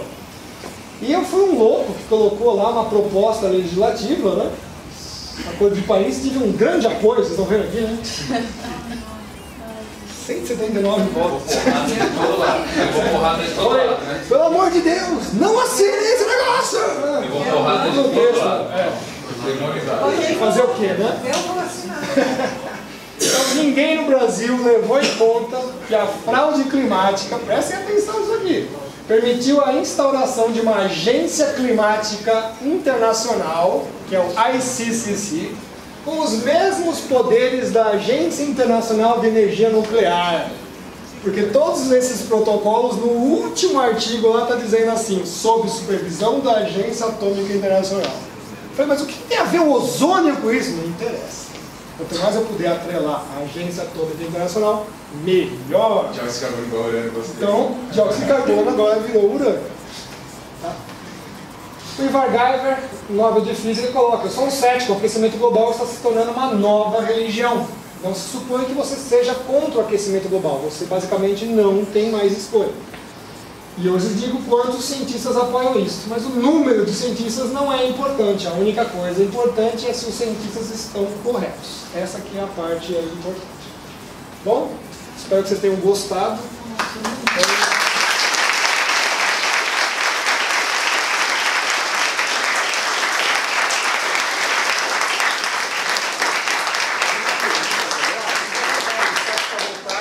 Quem tiver perguntas, pode ficar à vontade, o professor vai responder. Vamos bater um papo aí. Nossa, quando é que você vai dar essa aula de novo? Agora à tarde. Hoje? Bom, de novo. Aonde? Não sei, depois eu faço de novo. Ó, depois da briga. Pois não, quem? Já avisando, você vai avisar aonde será. Vai ter Uma coisa que eu fiz anos atrás eu fazia essa absurda, mas não é porque eu queimar coisa no quintal ali. Dá aqui para eu saber que se queima qualquer coisa, se eu tiver 40% de vapor d'água. Então, na época, eu não consegui aquecimento global não falar. Então, a pergunta mesmo, aí fiz uma correlação que vai parecer absurda. Lá em casa, há uns anos pra cá, tem dado lodo de alga verde da Guarapiranga. Aí eu fiquei vendo de uns anos pra cá, estão desmatando a parte de mananciais lá. Isto é, aquela falácia que dizia que do aquecimento global, aumento de efeito estufa, a temperatura local aqui da cidade está aumentando por causa do problema do desmatamento. Aí por que está acontecendo então, lodo de alga verde na nossa caixa d'água? Não é só, dos vizinhos também. E a pergunta, vou chegar na pergunta, isso ocorre, excesso de gás carbônico, se eu desmatar, vai para as algas, das águas que tiver? Acontece isso? E está aumentando a acidez, o azedume da água. Aí seria uma coisa muito local que faria ter um estudo específico, mas como você tem mais... Pedi para o senhor ficar aqui, mais próximo do alto. Então, em geral, se você tem mais CO2 na atmosfera, quando você tem uma mistura com a água, aí se a temperatura da água estiver fria, aí esse CO2 entra na água e vai favorecer o surgimento das algas. Tá? Então tem uma sequência de processos aí. Não é simplesmente isso.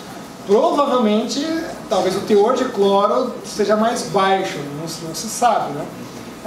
Uma limpeza, acho que a cada 6 meses a 1 ano tem que ser feita nas caixas d'água. Na região de Guarapiranga especificamente, as águas lá são muito ruins. São péssimas, tá? Tem alga vermelha, que aí você mata. Não beba a água da região sul do estado, daqui do município de São Paulo de jeito nenhum, porque lá ataca teu fígado, mesmo mortas. Tá?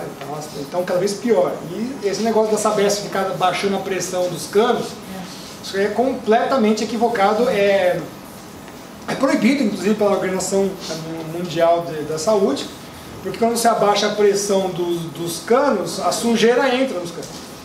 E se você fecha a água, pior ainda. Todos os canos têm uma nata biológica de proteção que vai se formando, ela resseca e morre, e cai depois dentro da água que vai ligar de novo. Você está bebendo toda essa tralha aí.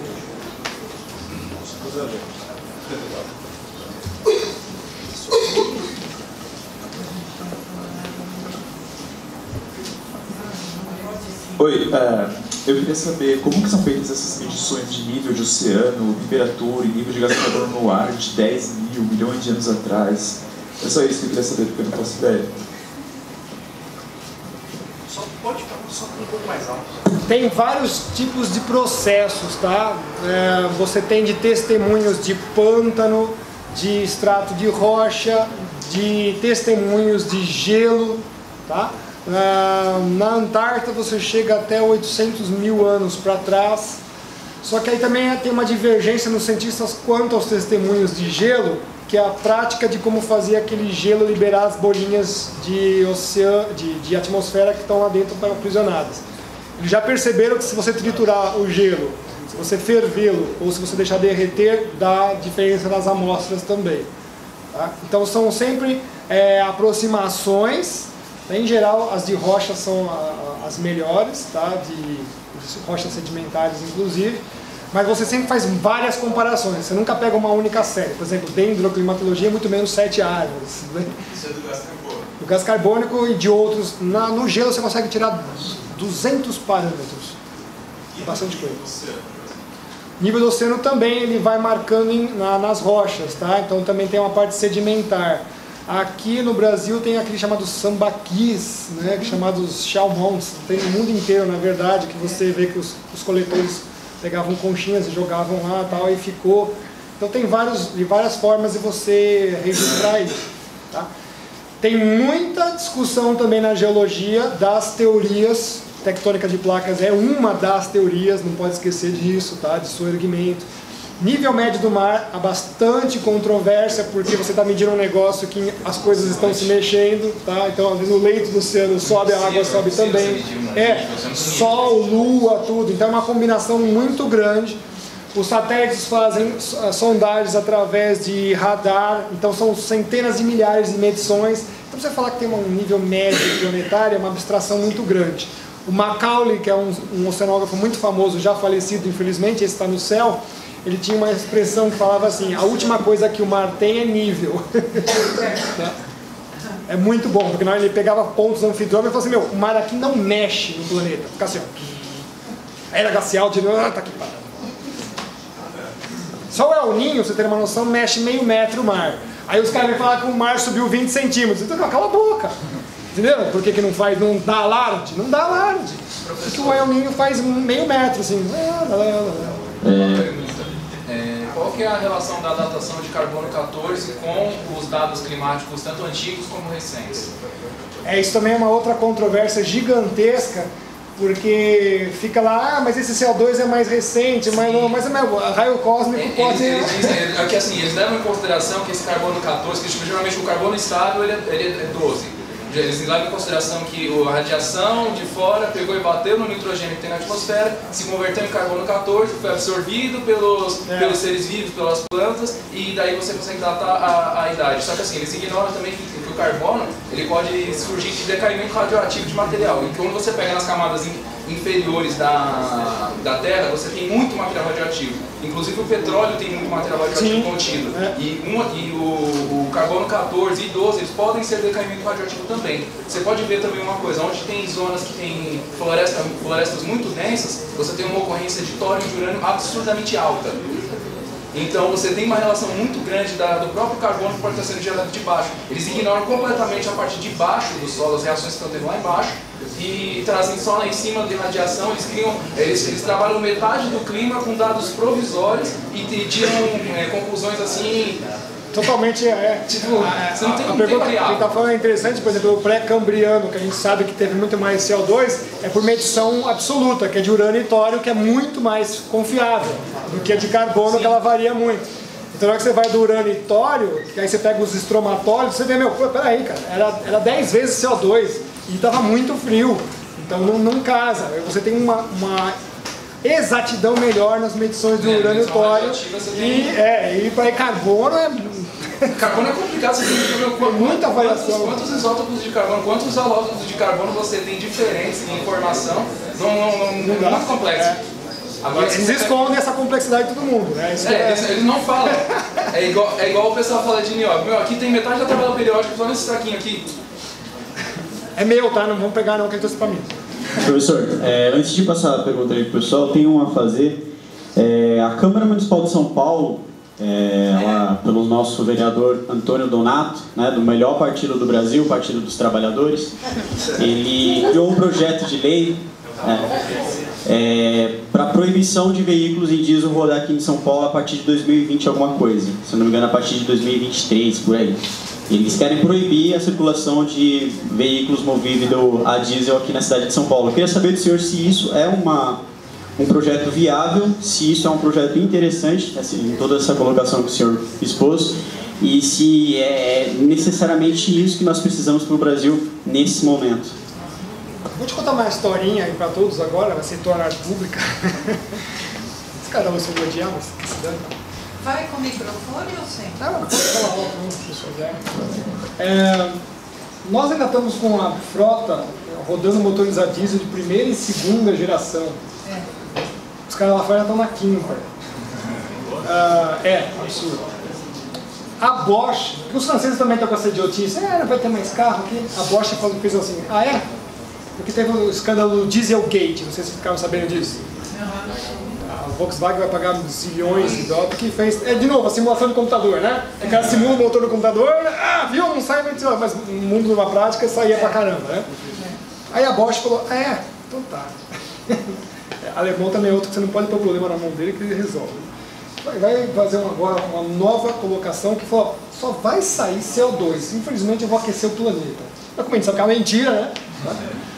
Não vai ter mais nem um enxofre saindo do motor. Nem monóxido, só CO2. Né? E é o que? É um combustível mais barato, do petróleo é uma gama enorme de que sai. Você vai fazer o quê? Jogar fora? Jogar fora, é isso? Tá? Então, realmente, é retrocesso de novo, e eu digo por quê. Imagina eu lá na geografia, não vou falar um número de empresários que foram lá me procurar, eles tinham feito um pool de empresas só de alto calibre, e falaram, pessoal, a gente precisa de ajuda, porque nós estamos aqui com os projetos de motor a diesel, nós temos muito dinheiro para investir na produção de motores nacionais. Ok? Quer dizer, não, que se dane os projetos lá de fora, nós vamos fazer os nossos daqui. Os caras com muita grana, para mestrados e doutorados, foram na Poli. Qual a resposta dos caras? Vocês estão indo na contramão, eu falei, Aí o senhor tem que ajudar a gente. Eu falei, eu, uma professora de geografia, de clima, sendo surrado aqui, você acha que eu vou conseguir ajudar vocês em quê? Né? Aí depois eu sou vendido para a indústria do petróleo, ok, pessoal? Os caras foram me procurar lá, pelo amor de Deus, estamos com isso aqui e tal. Falei, quer dizer, perdemos uma enorme oportunidade, inclusive, de competir com esses caras lá fora, criando tecnologia nacional, que é uma coisa que é muito fácil de fazer, na verdade, o motor a diesel, né? O ciclo diesel é muito simples. Em larga escala, meu, se não tiver diesel aqui a gente não come. Exato, não tem como. O combustível diesel é aquele que te dá torque nas coisas. Vai fazer coisa elétrica, esquece, não vai. Você faz uma Caterpillar elétrica lá que você vai ver o. Quando você vai gastar, entendeu? Não dá, você precisa de diesel para fazer um monte de coisa, inclusive para agricultura, aquelas máquinas gigantescas que você tem que rodar, não tem como. Aliás, o biodiesel, por incrível que pareça, é extremamente poluente. Por quê? Porque os caras não sabem o que fazer com milhões de toneladas de glicerina, né? Mas nem o sabonete fica mais barato, certo? Milhões de toneladas por ano. O que eu vou fazer com a glicerina? Se jogar na água, pelo amor de Deus, a glicerina é altamente tóxica, né? Você tem que ser no sabão, tá? Então é idiotice, né? Você começa a pegar alternativas que no fundo das contas estão te criando um problema ambiental tão gigante. Por exemplo, as torres eólicas, que têm duração de 9 anos, e os painéis solares que duram de 3 a 9 anos também. Aí sim vai ser tóxico. Tá? Que tem um material lá que... Professor, quanto você acha que gasta de diesel e de recursos energéticos para você produzir, transportar e instalar uma torre eólica? Muito. Você já viu o tamanho das carretas que carregam esse negócio pelas estradas? E anda pela rua e mata gente, né? Porque cai em cima morre pessoas, né? Os geradores ali, só o rolamento ali, aquilo ali é 5 anos já tem que trocar. E ele pode quebrar no meio do caminho dependendo da variação. Se dá variação de temperatura muito grande, ele começa a dilatar e contrair, a pista do rolamento ele vai começa a quebrar. Então o negócio não funciona. Os caras são... Mas tem uma coisa mais legal das torres eólicas é que ninguém sabe. Tem motor elétrico dentro ou motor a diesel, tá? Sim. Tem que ligar para girar, senão não torque. Você tem que dar o toque inicial. Passou 3 horas, tem que ligar o motor elétrico para girar. Quem primeiro? Aquele ali, professor. Primeiro ele, depois ela. E depois o Arthur.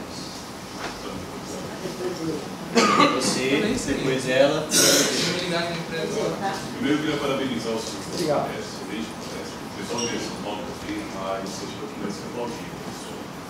O pessoal da década de 90, como eu, com 30 anos de trabalho, passou por aquele meio de corrida para trocar geladeira. Aquela época.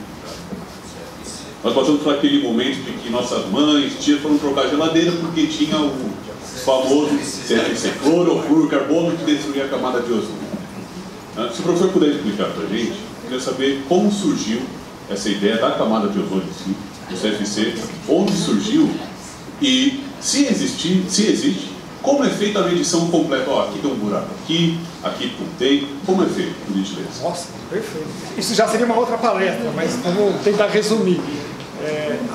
No curso de mudanças climáticas, essa aula tem 4 horas, tá? Só pra... Primeiro, não tem como formar ozônio sem radiação solar, ok, pessoal? Primeira coisa, se não tem sol, que é o K-estrela que a gente fala, não tem ozônio, não forma. E dentro da radiação solar é a banda C, que é muito energética. Por quê? Porque o oxigênio molecular, que é ligado por duas pontes, né, o O2, para quebrar essa ligação muito estável, você tem que ter uma pancada muito forte. E é só a radiação ultravioleta C que faz. Então ela pá, arrebenta. Nesse momento, esse oxigênio fica atômico e fica altamente instável, ele fica procurando alguém. E aí a chance dele achar um outro oxigênio molecular é de 21%. Então ele encosta no cara e vira um O3. Só que o O3 é um bonde, na verdade, de uma molécula gigante, muito instável, porque ainda continua querendo procurar uma estabilidade. Mas naquela fração de tempo que ela existe, ela consegue bloquear uma outra radiação que é um pouco mais fraca da ultravioleta, que é a ultravioleta B. Tá? Então, ultravioleta C não chega na superfície da Terra de jeito nenhum. Nitrogênio e oxigênio barram somente oxigênio. Muita eficiência, barra, não entra. Se chegasse, a gente ia ser uma sopa de câncer, ok? Ou alguma outra coisa qualquer. Porque não tinha como, porque ela destrói muito. Ela está barrada pela própria existência de atmosfera baixa. A ultravioleta B é moderada pelo ozônio, e uma coisa que ninguém fala é que a ultravioleta A passa. Ele passa, só que ele vai tendo uma extinção atmosférica, que é uma diminuição, mas ele chega na superfície. Tá? Esse é um ponto. Então, primeiro, você precisa ter radiação para poder surgir. Aí quando você vai na história do ozônio, desde os gregos já se sabia que ele existia, mas não sabia qual era o nome, né? Não sabia moléculas. Depois tem um matemático, tem um químico alemão que vai descobrir, vai dar um nome para ele. Mas desde o final do século XIX, veja o que eu estou dizendo, já se fazia medições de ozônio. E já naquela época sabia-se que tinham anomalias. Olha, você mede não tem, mede tem, mede não tem, mede tem. Nos anos 40, no laboratório da Força Aérea Norte-Americana, um pouquinho mais para frente, o Pendorf faz uma avaliação dos dados na Noruega, um banco de dados gigantesco, e via que em Tromsø, na Noruega, mais ou menos 55 graus norte, ele via que tinha anomalias do ozônio. Acabava, imagina um militar fazendo uma avaliação, trocando cerveja com os caras no bar, estão achando uns buracos lá, acho que por quê? Porque ele via que tinha anomalias. Ok? Tranquilo. O papa do ozônio é o Dobson, que passou 40 anos estudando ozônio. E, como eles já sabiam como era o padrão da chamada ozonosfera no hemisfério norte, quando aparece o ano geofísico de 1957 a 1958, estendido propositalmente para 59 por causa da alta atividade solar, o Dobson se propõe a ir para a Antártida para fazer as medições de como será no hemisfério sul, porque ninguém sabia. E quando ele chega lá, em 57, ele descobre que tinha uns buracos enormes. Ele nunca chamou isso de buraco, está toda a literatura, você pode ver lá, está na Applied Optics. Fez 40 anos de medição e falou as anomalias do ozônio na Antártida são naturais, só que elas são muito mais expressivas do que o hemisfério norte, porque o hemisfério sul apresenta uma climatologia totalmente diferente. É como se fosse 2 planetas Terra, na verdade eu chamo que tem 3. Fica de boa aquele negócio, e aí vem a sutileza da parte política. O Dobson morre em 76, em 77 aparece já os caras falando que o CFC destruía o ozônio. Você teve que esperar o Papa morrer para poder falar, porque senão o cara fala que, né? Vocês já entenderam o que é o quê, né? Tudo bem? E aí o cara já fala, não, é por causa do CFC. A CFC na molécula tinha sido criada nos anos 50 para refrigeração, só que ela perdia as patentes no final do século 20. E os caras falam assim, vai cair as patentes, o terceiro mundo, que a maior parte dos países pobres está na área tropical, precisa de refrigeração, não vão mais pagar o quê? Royalties. Aí o picareta do Farman, em 1985, usa dados do satélite lançado Nimbus 7 em 78, 77, pega 5 anos de dados e fala, nossa, buraco no ozônio. Peraí, a comunidade falou, como assim? Pegou 5 anos de dados, fez lá, os computadores tinham aquelas placas VGE, né? Video Graphics Array, né? 4 cores, né? Azul calcinha, amarelo, não sei o que e tal. Aí o cara programa lá o ozônio, coloca tudo que for abaixo de 150 unidades Dobson, põe preto, né? Então fazia toda aquela cor preto no meio da Antártida, né? Buraco da camada de ozônio. Então, na hora que você volta para a literatura, nenhum dos cientistas desde o século XIX falou que existia um preservativo planetário. Boa! É uma camisola, assim, e amarra embaixo. Nenhum deles, porque todos eles entenderam que o fenômeno era altamente reativo. Ou seja, eles enxergavam, isso que é a beleza de um cientista que observa as coisas e o idiota que trabalha com médias. O cara que observa os fenômenos naturais, ele conseguiu entender que formavam nuvens ozônicas na estratosfera e rapidamente elas se autoconsumiam, porque um ozônio com outro ozônio dá 3 oxigênio de novo. É uma ligação instável. Ele tem 2 ligações de ponte dupla e uma de ponte única instável. Essa de ponte única vai estourar. E o intercâmbio dele tinha que ser violento, porque a temperatura da estratosfera da base sai de 54 negativo e vai para 0 graus. Um gradiente de temperatura gigante. Tem que ser um fenômeno muito violento de absorver. Não existe. Não existe. O conceito está errado, porque a palavra camada você só pode usar na natureza se a propriedade que você está avaliando permanece no extrato inteiro. E os caras já falavam, não, o ozônio desaparece. Então a propriedade não é conservativa, você não pode usar esse termo. Aí chama-se o quê? Ozonosfera, onde a probabilidade de encontrar ozônio é alta.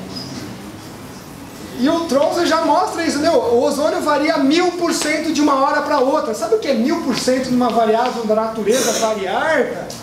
É uma coisa colossal. Então os caras tinham uma visão sensacional. Quando vai o Nimbus 7 fazer lá, ele tem o TOMS, que é um espectrômetro de mapeamento. O que é mapeamento? X e Y, valor, certo? Então ele vai navegando na Terra, vai encher uma matriz de dados gigante. Chega lá perto da estação, vomita tudo, né?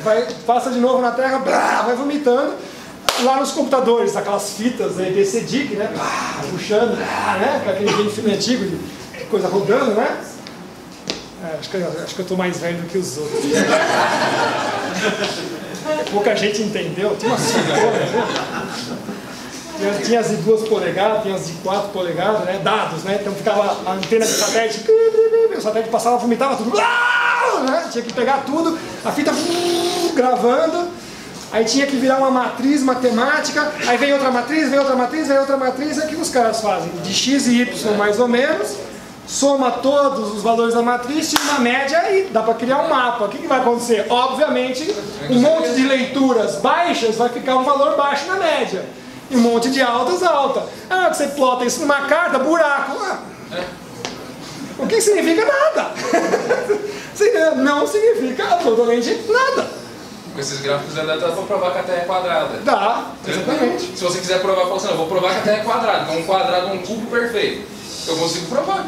Você fala qualquer coisa. Se você quiser, na verdade é isso. Tudo. O que te pagarem para provar, você vai provar. Mas isso é para você ter uma noção, né? Então, os caras que estivessem trabalhando como Dobson, então, eles estariam mais interessados nas matrizes parciais do que na total. Porque a total não significa nada.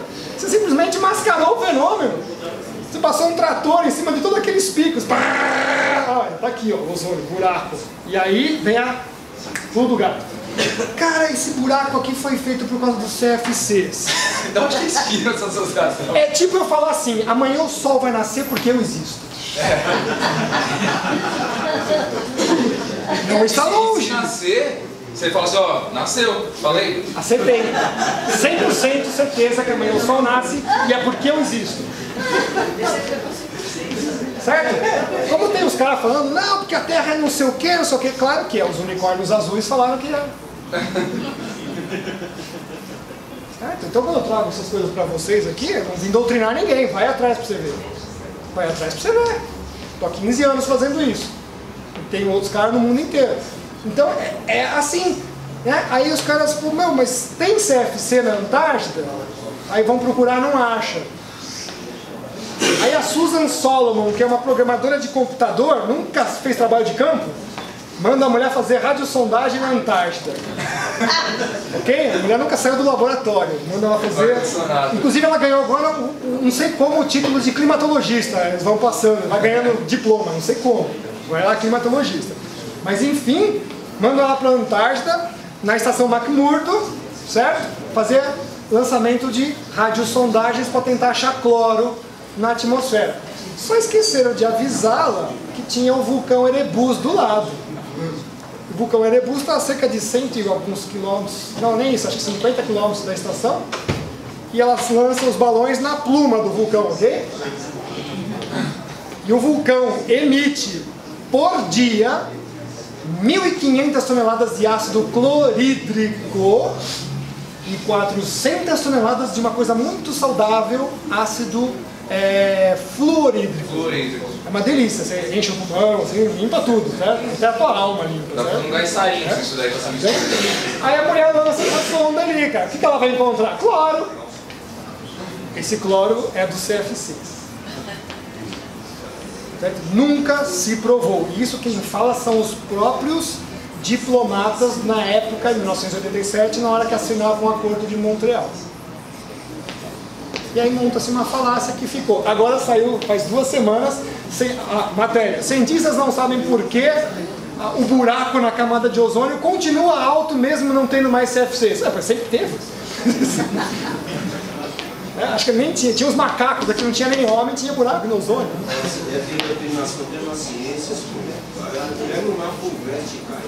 Cai tudo, os materiais didáticos você vai lendo assim, a cada 3 parágrafos é degradação ambiental, degradação ambiental, degradação ambiental. professor, ali na Antártida tem uma questão grave. Você não tem a ozonogênese ali, você não tem a formação de ozônio naquela região, porque a incidência de radiação que tem nas outras camadas não tem ali. Então, basicamente, durante um período muito grande do inverno. Bom, a maior parte do período, só que lá inverno o quê? 6 meses? Na parte onde eles medem, dá mais ou menos 3 meses. Mas mesmo assim continua sendo problemático, por quê? Porque o Molina, quando faz aquela primeira hipótese antrópica dele, é tão fraudulenta que ninguém conseguia fazer nem no laboratório, que ele faz uma segunda hipótese pior ainda. Né? E aí ele fala que não, nos primeiros raiares do Sol da Antártida há energia suficiente para fazer aquela relação. Se ferrou de novo. Por quê? Porque o raiar do Sol emite infravermelho, e infravermelho é radiação bunda. Não faz absolutamente nada. Ah, estou com reumatismo, põe lá na infravermelho. Tá? Não faz. Para quebrar uma molécula com infravermelho, o cara de piagem, entendeu? É umas coisas assim absurdas. Mas é uma aula gigante, eu passei assim, pinceladas para você entender. Pois não. Espera aí, deixa ela perguntar primeiro, depois ele, depois ela, depois você. Já estou esquecendo já. Tudo bem? Então, na verdade o que eu vou perguntar, não sei se é exatamente assim na tua área, mas eu acho válido perguntar. Hoje em dia é muito comum, eu conheço várias pessoas que ficam com o discurso de não pode mais imprimir, digitaliza, né? Para de comprar livro impresso, né? Livro digital. Eu até tenho o meu Kindle, gosto dele, mas nada substitui o livro impresso e tudo mais. E aí eu vejo que parece que é uma preocupação absurda, não? Porque o papel, ele é muito agressivo para a natureza, e aí as empresas hoje, muitas empresas, né, já tem reflorestamento próprio, tipo, olha, escreve, né, na caixinha do papelzinho, de tudo, né? Olha, reflorestamento próprio. E depois dessa palestra, eu tô duvidando de tudo, entendeu? Eu não sei mais, minha vida é uma mentira, eu não sei mais o que eu acredito ou o que eu não acredito. E eu queria saber se essa preocupação não é questão do papel, só das árvores, essa coisa de desmatamento, se é uma preocupação realmente válida, se isso é verdade, ou se é mais uma dessas balelas que eles contam. No caso do desmatamento específico amazônico, toda vez que tem uma área desmatada, não entra mais no cômputo quando ela refloresta. Assim é fácil fazer buraco na floresta, ok? Tem esse negócio, essa sutileza que eles não colocam. Se fosse manter as taxas de desmatamento usando os valores do Greenpeace e tudo mais, demoraria para cortar a floresta inteira 526 anos. Como a floresta tropical em geral se regenera de 20 a 30, é impossível de acabar mato.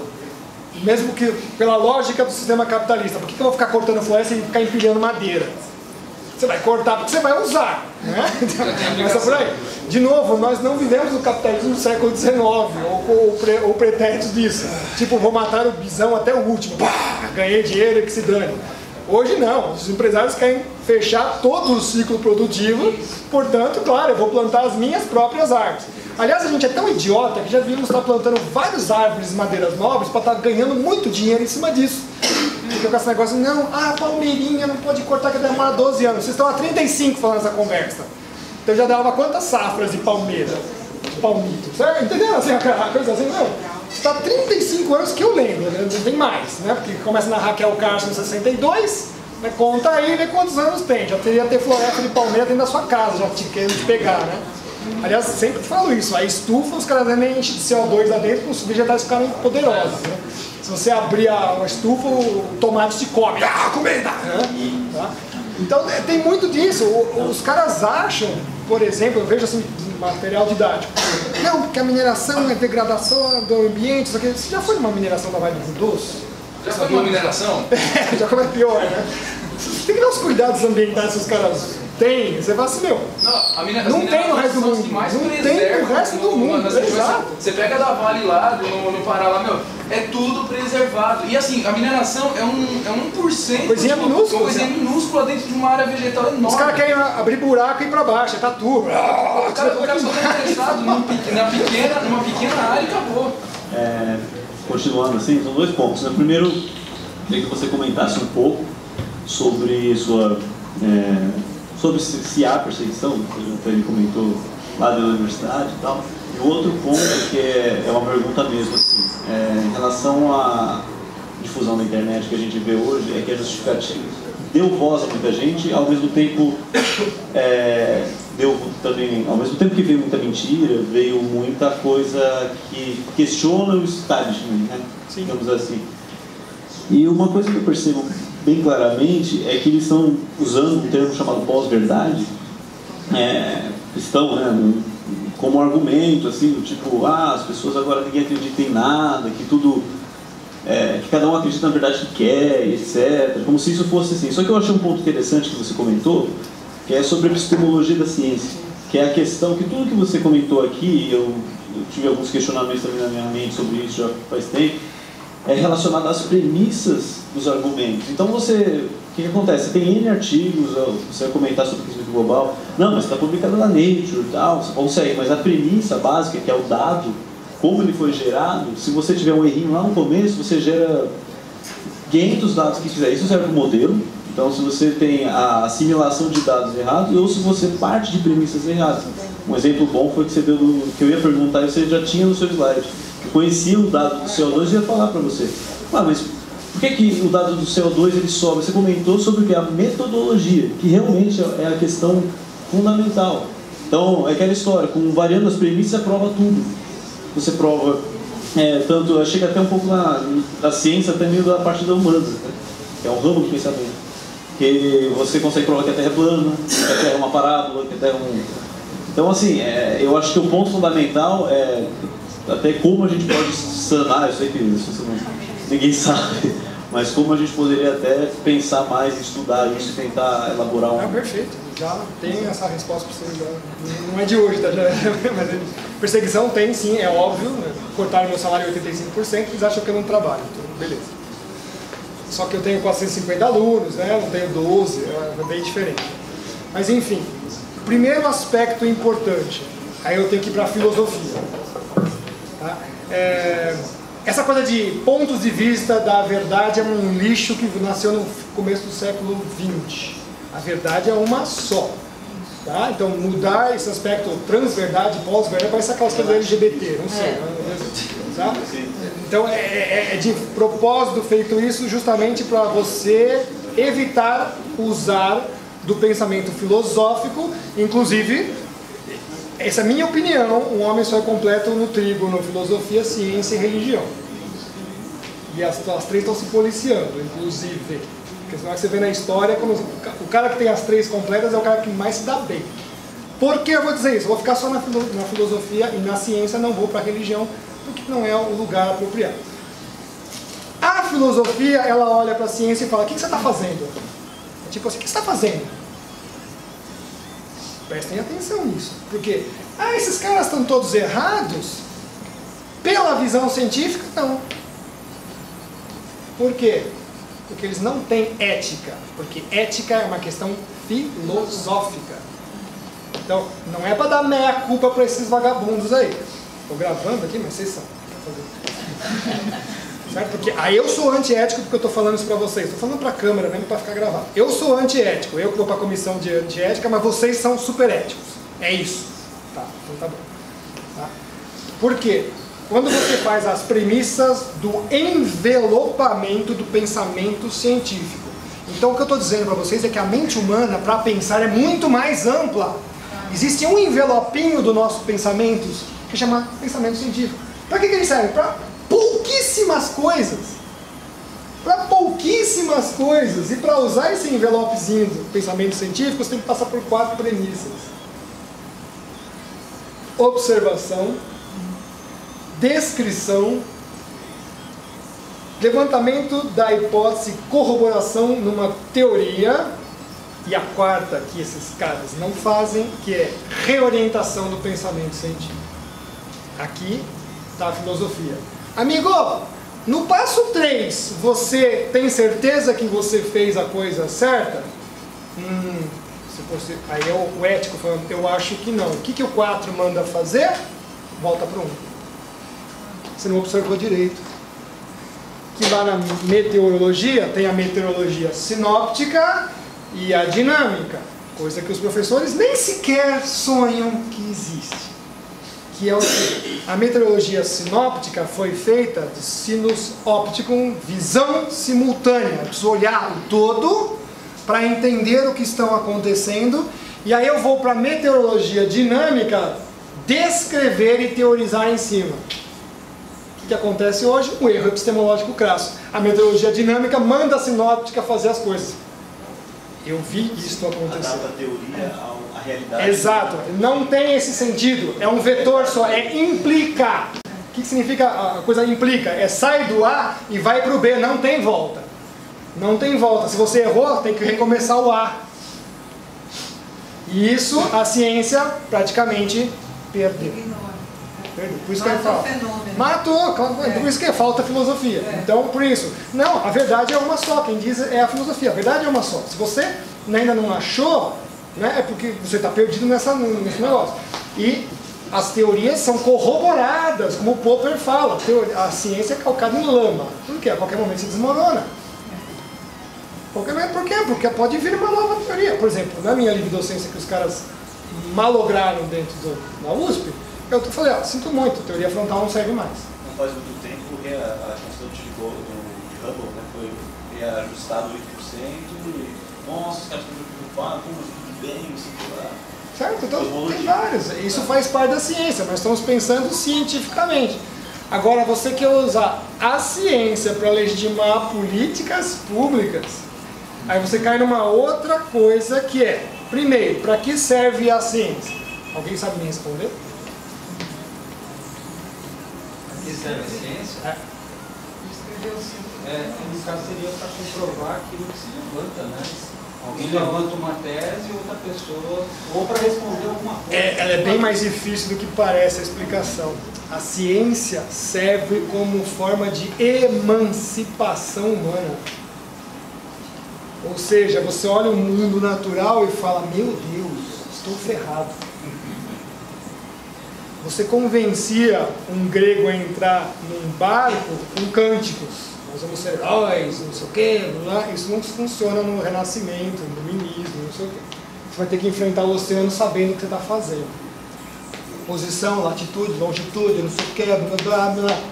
Então a ciência, na verdade, ela é uma forma de emancipação humana sobre o meio natural, mas ela acaba sendo também emancipação sobre os outros homens. Então, ao mesmo tempo que ela faz o papel de emancipação, ela faz o papel de dominação. Ela tem poder. Ela dá poder a quem consegue controlar. Exatamente. A partir da ciência você vai ter o quê? Veja que Da Vinci era contratado para fazer o quê? Ele era engenheiro técnico. Certo? Então, o cientista vai usar energia nuclear para fazer uma máquina para salvar você do câncer e uma bomba nuclear. Ele tem que passar pela moral ética, não? Bom, eu vou fazer a minha pergunta. Parabéns, maravilhosa. Agora eu saio mais tranquila daqui diante de tantas mentiras que nós ouvimos todos os dias. E o senhor é tão verdadeiro que senão não estaria aqui. Eu agradeço muito.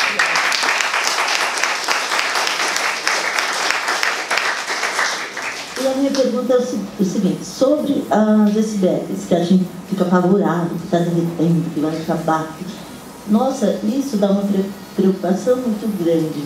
E outra coisa bem rápida, o senhor acha que nós vamos conseguir barrar esses projetos malucos no Brasil, desses carros que não poluentes, diante de todas as mentiras que aí estão? Falta muita coisa ainda aqui no Brasil, né? Bom, vamos começar pelo gelo, né? Eu lembro que no meu curso de meteorologia, há muitos anos atrás, quase 30, a gente mapeava gelo flutuante e tal. Hoje em dia hoje faz por satélite e tudo mais. Isso não é um problema porque os icebergs ficam circulando mais no oceano polar mesmo. É difícil você ter rotas de navios nessa área. Os navios de turistas, sim, que estão indo para a Antártida, estão abalroando em alguns icebergs porque cresceu bastante o mar congelado. É bom que derreta? É, porque o ciclo hidrológico do qual nós dependemos precisa de água. Então toda vez que o planeta está em uma fase fria, é ruim para nós, porque as geleiras são banco de gelo, né? Elas pegam a água do planeta e seguram lá, e você não tem isso dentro do ciclo hidrológico ativo, que é para fazer precipitação, chuva, água doce e tudo mais. Então, toda vez que o planeta está quente é melhor. Tá? Tem N teorias que mostram isso, teoria dos refúgios, de vegetação, tem várias. Né? A floresta amazônica ela é muito mais abundante, todas as florestas tropicais são mais abundantes no período quente. Tá? Então, quanto a gelo, não se preocupe, não tem nenhum problema. Qual que é a segunda parte? Desculpa. Sobre... os automóveis, né? É o que eu falei, eles vão ficar com essa conversa e nesses próximos 20 anos tudo pode surgir. Tem motor eólico de ar comprimido, tem tudo que você pode imaginar de tecnologias prontas, até com água e tudo mais. Tá? Eu só acho que a gente ainda vai queimar um pouco de petróleo ainda por um tempo. Tá? Você tem a teoria, tem até as novos trabalhos com grafeno, que é uma coisa importante, porque as baterias de lítio são bem ruins. E vamos fazer uma nova geração de coisas, mas aí você pergunta, institutos no Brasil que estão estudando o grafeno, tinha um no Unicamp, já fecharam. Graças a Deus, iniciativa privada, no Mackenzie, fez um departamento que gastou 200 milhões de reais e vai investir pesado nisso. Ninguém quer fazer nada, nós vamos deixar esse negócio passar. Porque aqui tá a fonte de grafeno aqui no Brasil, é um colosso, quer dizer, é pra gente... De novo, né, tudo está aqui, né? Acho que Deus fez assim, vamos pegar todo o resto do planeta, amontoou, pá, socou, fez Brasil, pôs a bandeirinha, ok? Aí fizeram os políticos. Aí não, esses caras vieram de fora, assim, o diabo que trouxe. Tudo bem? Primeiramente gostaria de parabenizar pela palestra, muito boa, trouxe muitas verdades. Eu queria fazer uma pergunta foi uma dúvida que eu fiquei. Naquele levantamento, no gráfico que mostrava o dado maquiado de 30% de área preservada, que a ONU indica 10%, mas que o Brasil colocou de forma maquiada 30%, na verdade... é deles, a informação é de fora. Que na verdade são 60%. Eu queria saber quem foi que definiu esse limite para o Brasil, né? E se teria como ainda o Brasil recorrer isso de alguma forma, porque todos os outros países colocam áreas inóspitas, desertos, áreas de gelo, e o Brasil colocou partes importantíssimas ali que a gente pode perder na parte da agropecuária, a gente pode perder na parte inclusive de moradia, são áreas importantes para o desenvolvimento brasileiro. Então eu queria saber essas duas coisas. Quem foi que desenvolveu, quem foi que cedeu essas partes, né? Quem que escolhe isso?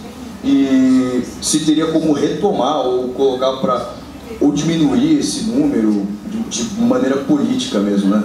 Eles pegam o valor de mais ou menos 30% das áreas de preservação ambiental, não sei o quê, só que eles propositalmente isolam as outras, mas a do índio também não pode mexer. Então tem que entrar no conto. Não, isso aí tem dono. Como assim? Vai cortar uma árvore lá. Mas aqueles 20% na Amazônia, inclusive é 80% as propriedades agrícolas, 80% preservadas. Quer dizer, tipo assim, eu quero fazer um paralelo pra gente. Você comprou um apartamento, você só pode usar o banheiro. Nem na cozinha se usa. É isso, certo? É expropriação. É expropriação. Tem cor isso? Tem. Pode escolher verde, vermelho, né? Melancia. Tudo bem? É isso, pessoal. Preto no branco. O que significa o cara isolar 80% da sua propriedade? Só que é isso. Você comprou um apartamento, você não vai usar o banheiro. Aí de você pôr o pé pra fora do banheiro, cara. Tá?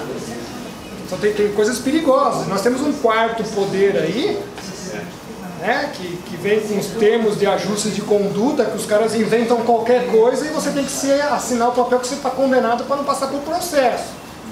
Isso é uma coisa assustadora, mais assustadora do que até os outros políticos por aí. Qual que era a outra parte?